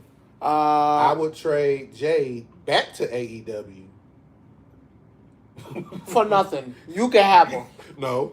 Give me Statlander. God damn, really? Yes, I take. No. No, give me Britt. Give me Britt. Give me Britt. No, give me back. Give me back. Give me Britt. No, give me back. I don't want Soraya back at all. No, fuck no. That lazy bitch. That she. Give me back. Sasha Banks. No, because Banks already said that's a no-no. Man, hey, Trey, you don't get a choice. I think she got a no trade clause. Give me back. I wouldn't want her back anyway. I don't want her back. I mean, she's like one of the ones. She's gonna have to. I take Willow Nightingale before I take her back. Matter of fact, no. Give me that bitch that used to the moon chick with the red eyes. She's not part of them. She's part of Ring of Honor, and she don't wrestle with them. They do wrestle on that show. She don't wrestle with them. She don't wrestle with them at all. Well, keep the women. I don't want none of them. Told you, give me Britt or give me a Chris Statlander. I kind of want Sasha Banks back. I don't. Let me get because now basically you're going to take all 4 of these black women, Naomi, Sasha Banks, Nia, and fucking Bianca. You're going to bring all them back and they're going to be going after each other again. No, I don't want that. I want it black dominated, actually. I don't mind that. Because they're not going to work together, first of all. Sasha still got whips now. Let's be clear. She still got whips on her stomach. She was the first victim of that shit. And that shit became... The lady did... I seen an interview with her. They were interviewing Bianca, and they said, when did you decide to use your hair as a weapon? She said her trainer down in when she was in NXT was telling her, you got your ponytail, what are you going to do with it? It's just there. She said, you know that ain't real. I know. I'm trading... Okay. Oh, all right. I like this one. I'm trading J.D. McDonough and Finn Balor. Oh, wow. You're going to get rid of both of them. Give me Darby, and give me back Chris Jericho. I don't want Jericho. I want Jericho back. He in the wrong spot. So I want you to die where you supposed to die at, not over there. So if I had the people, if you would trade, for you, since you said JD and Finn, if I was trading JD and Finn, give me Christian. Oh, I'm not bringing back that fucking traitor back. Give me Christian. And don't give me Edge either. No, I don't want Edge back. Give me Christian. Ass. And give me Pac. Actually, no, I like this one. Give me Pac. Give me Pac and Christian. For JD and I'm giving you the whole Judgment Day. Give me Hook. Hook by himself? Give me Hook. I want the whole. No, give me Hook and Taz. Taz got to go with him. Taz got to come with him. He got a bad taste in the mouth. I know he do, but Taz got to come with him. Because, you know what? I raise you Taz and give me Samoa Joe. Oh, no. Give me all 3 of them and you can have whatever you want. You can take back Cody. You can take... I want... No. You can... I'm trading Cody for Kenny Omega. No. I trade Cody for MJF. No. I don't like that bitch. I trade Cody for I'm MJF. giving you Ron. I'm trading you R-Truth. Yeah, that's going to cost you half your roster. I just want you to know that. Never mind. I keep R-Truth. Because I keep... No one over there. Oh no! I'm giving you the New Day. Take them. Give me the guns. Give me Billy Gunn and back. I'll take Billy back. I'll take that one. I'll take Billy back. I'll take that one. Take him and his 3 O's, whatever. Bring him. I take that. Take him. Take him. You ain't gonna like this one. Hold on. I'm trading. I would take. Give me Randy Orton for Cesaro. No. I want Cesaro and Randy Orton back on the same show because I love their fights. Their matches were fucking great. One old geezer for the next. No. No, you can send. A star for a star. Give me Solo for Rillo spray. No, Star for a because star. you know what the match I want to see right Star now. for a star. I would give you. Actually, no. I'm keeping him. Yeah, you keep Solo. You keep Solo and Bradford. I'll trade you. Take Tonga and give me. No, no. Tonga Loa. I'm sorry, the other one. No, we got to. I got something special for him. I got something special Were you for gonna him. send him to TNA? No, something special for him. I'll give you him for free. You can just have him. You can have him. That's when you sent me that shit the other day. I was like, "What the fuck?" You can have him. I'll give you. You can take him. I even give you 50,000 with the contract. Ooh, Jesus. So here's a couple dream matches that I would like to see though, since we playing trade and stuff like that. Roman Reigns versus everybody. He's not on the table, sir. I said it. Okay, my bad. Roman Reigns versus dream match. What's the AEW WWE dream match you would like to see? Oh, Roman Reigns versus Kenny Omega. I don't see him getting Roman up in the One Wing Angel though. Why not? I don't. Roman's just too big. He's done it to people bigger than him. I just don't see that. I need him versus Kenny Omega. Darby versus John Cena. Last match. So, mine. Sting and Undertaker, the one I was supposed to the get. match that I would love to see, which I think would be a great match, Solo versus Samoa Joe. No. Yes, it would. No. Yes, it would. He ain't gonna get that big nigga in no muscle buster. Who said he got to get him, put him in a muscle buster? No. He still got the cookie in the clutch. He can make him tap out. No. Samoa, I'm tired of that. I need some. Give me MGF versus The Miz. No, too similar. No. Too similar. And the Miz, what goes on, and skull crushing finale. And no. Off the rip. He just come out and hit him with a skull crushing finale. Off the rip. Give me. I want Darby Allin versus No. Okay. Give me Damian Priest versus Swerve. Okay. Give me Aleister Black. Karrion Kross. No.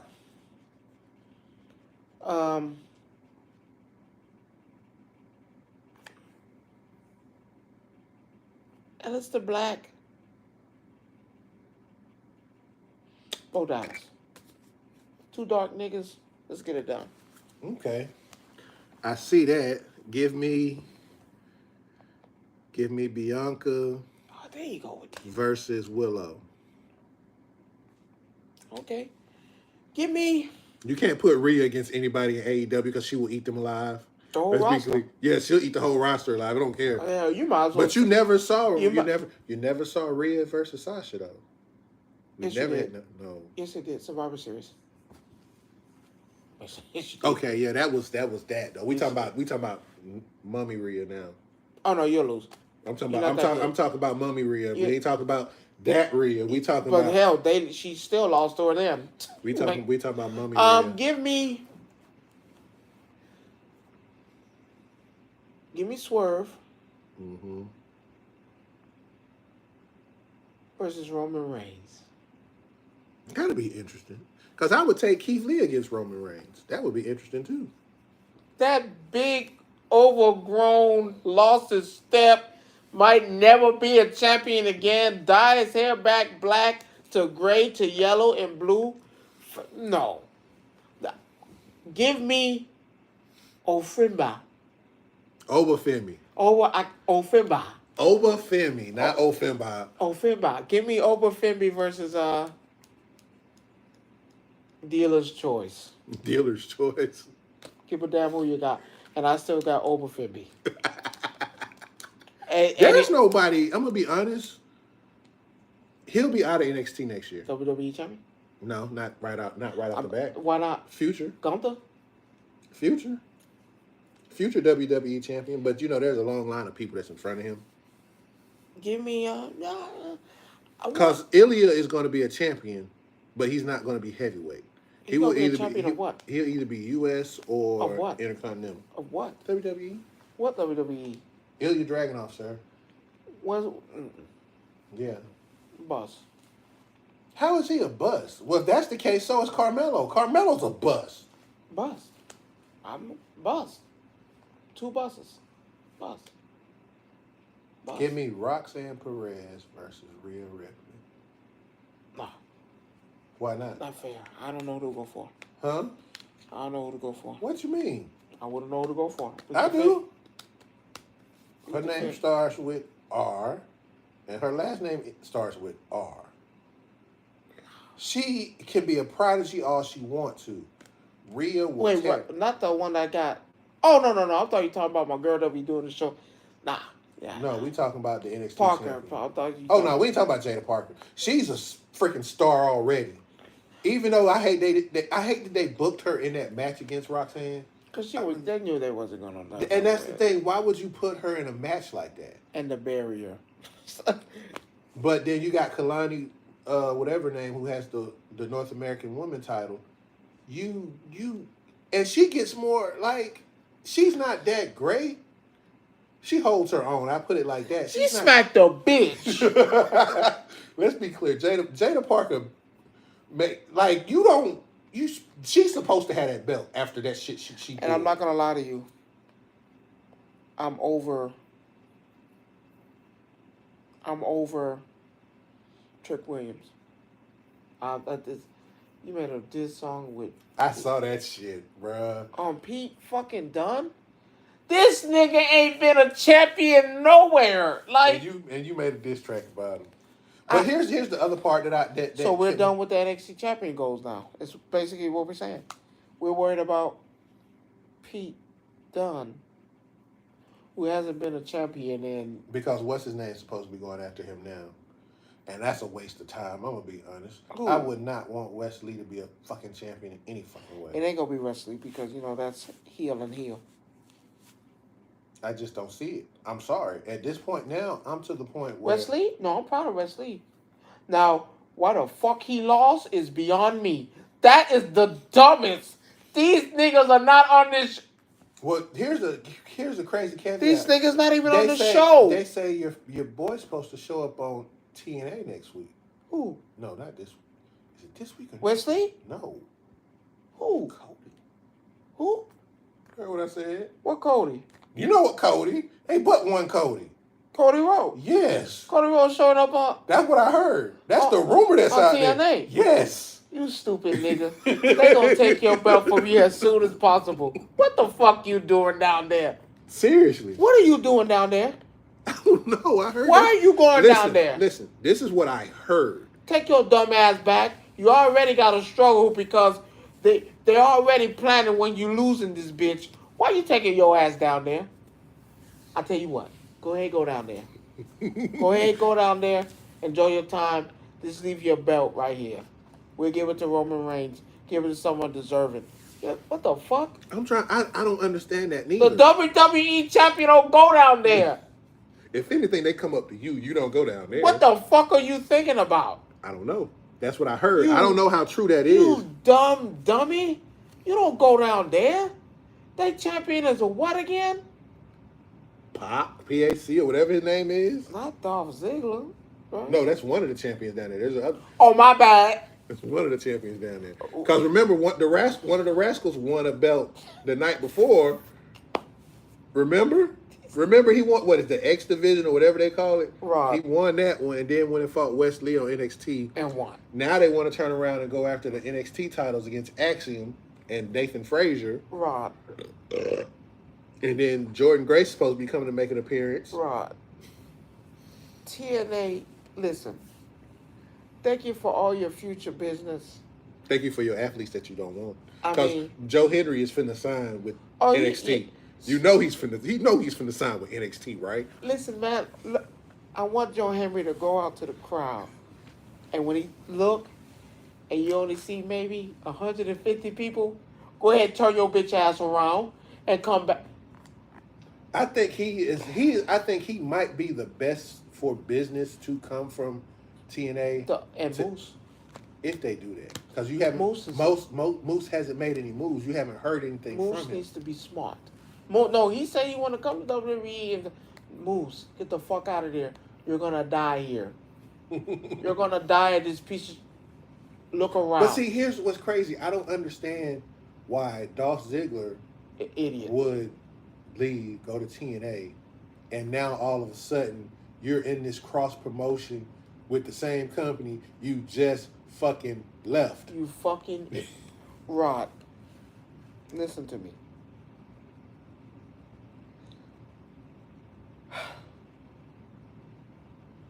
Nothing towards TNA. But y'all, I want the people to look around. Look at your locker room.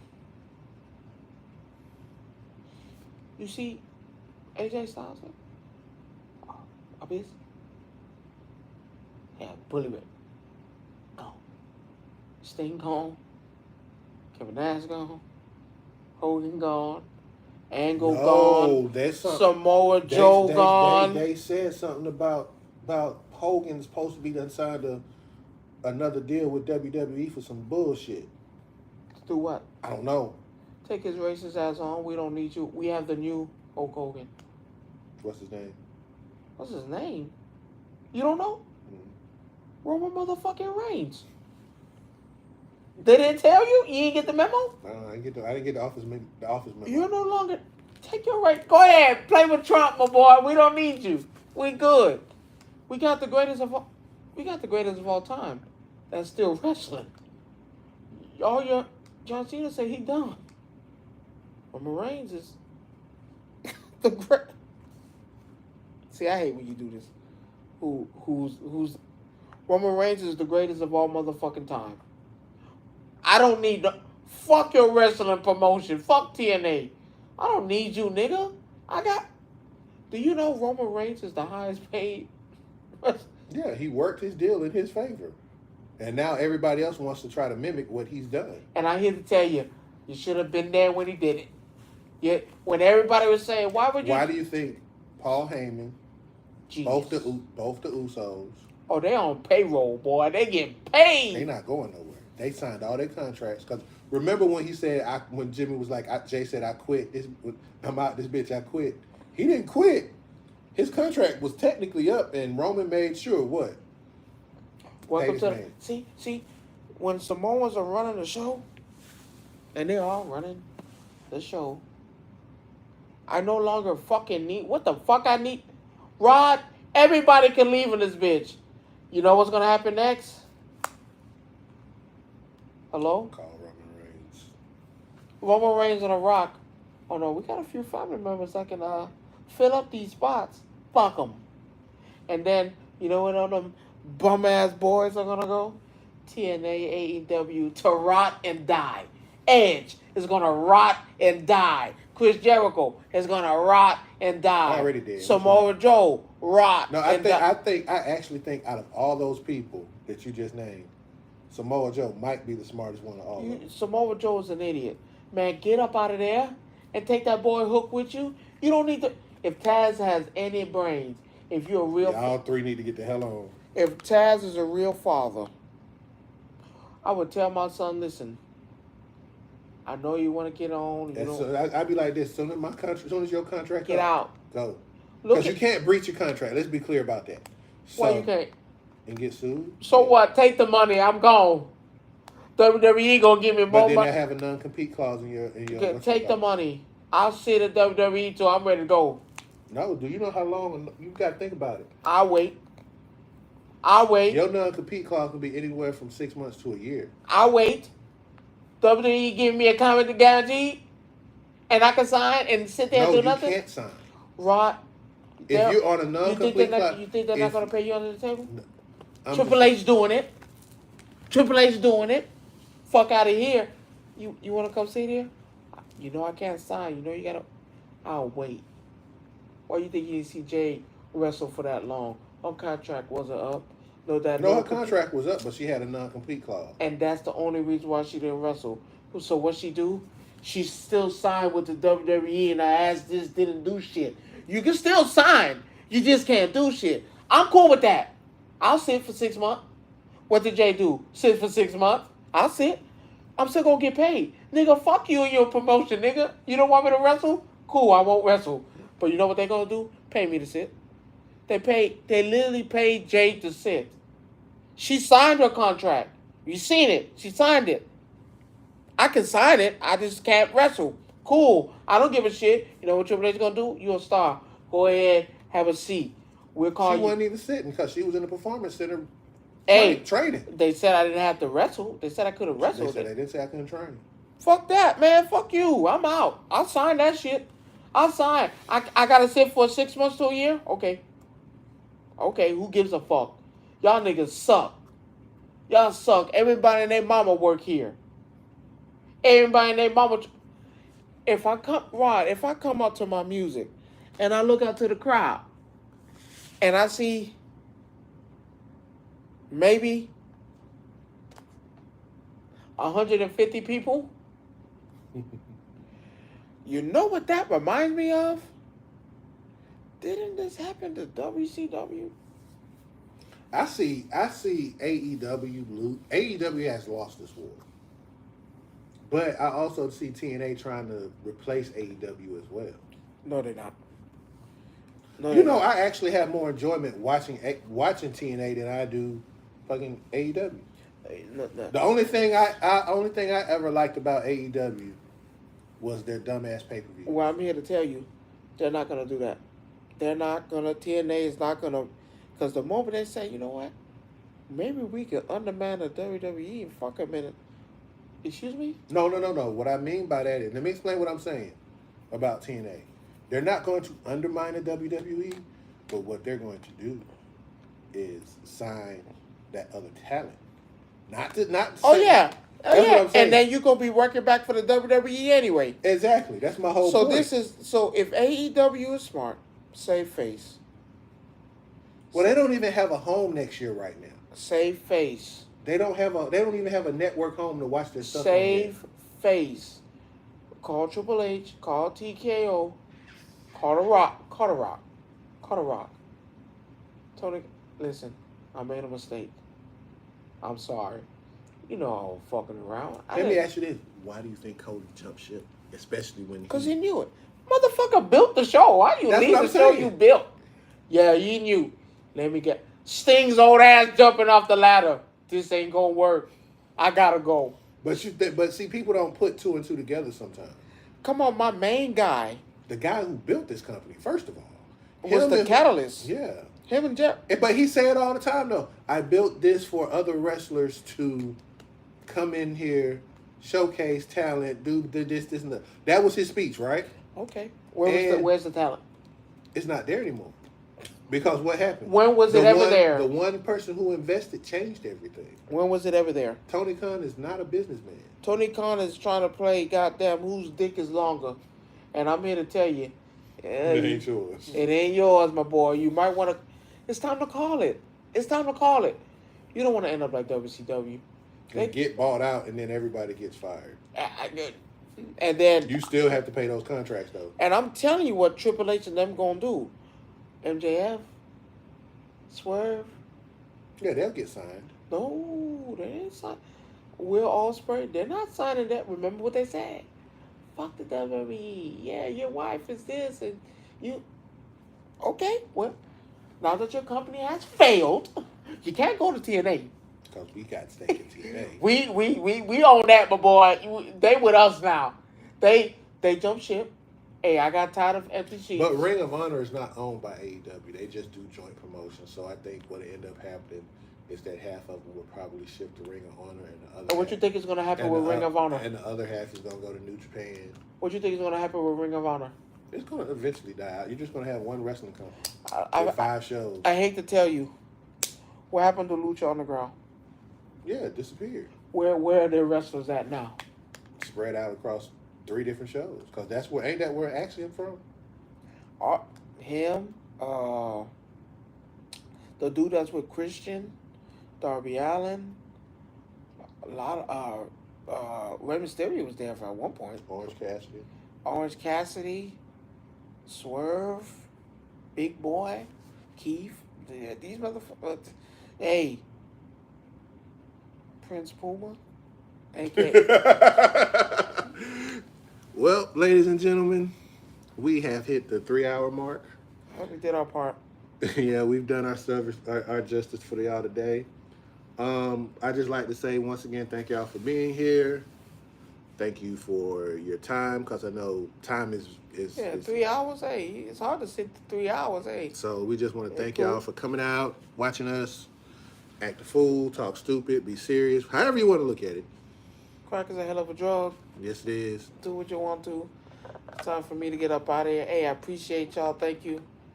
And we will actually see y'all next Monday. Yeah. Oh, check my content. I'm dropping stuff I'm making. I'm making book bags, hats now. So, yeah, I did something before I had left. You saw it. I don't know if you saw it when you came in. Yeah, so y'all check our stuff, man. I'm going to post more of the things I'm making and going to be doing. But, ladies and gentlemen, it is now time for us to depart. And we will see y'all on the other side of next week. All right.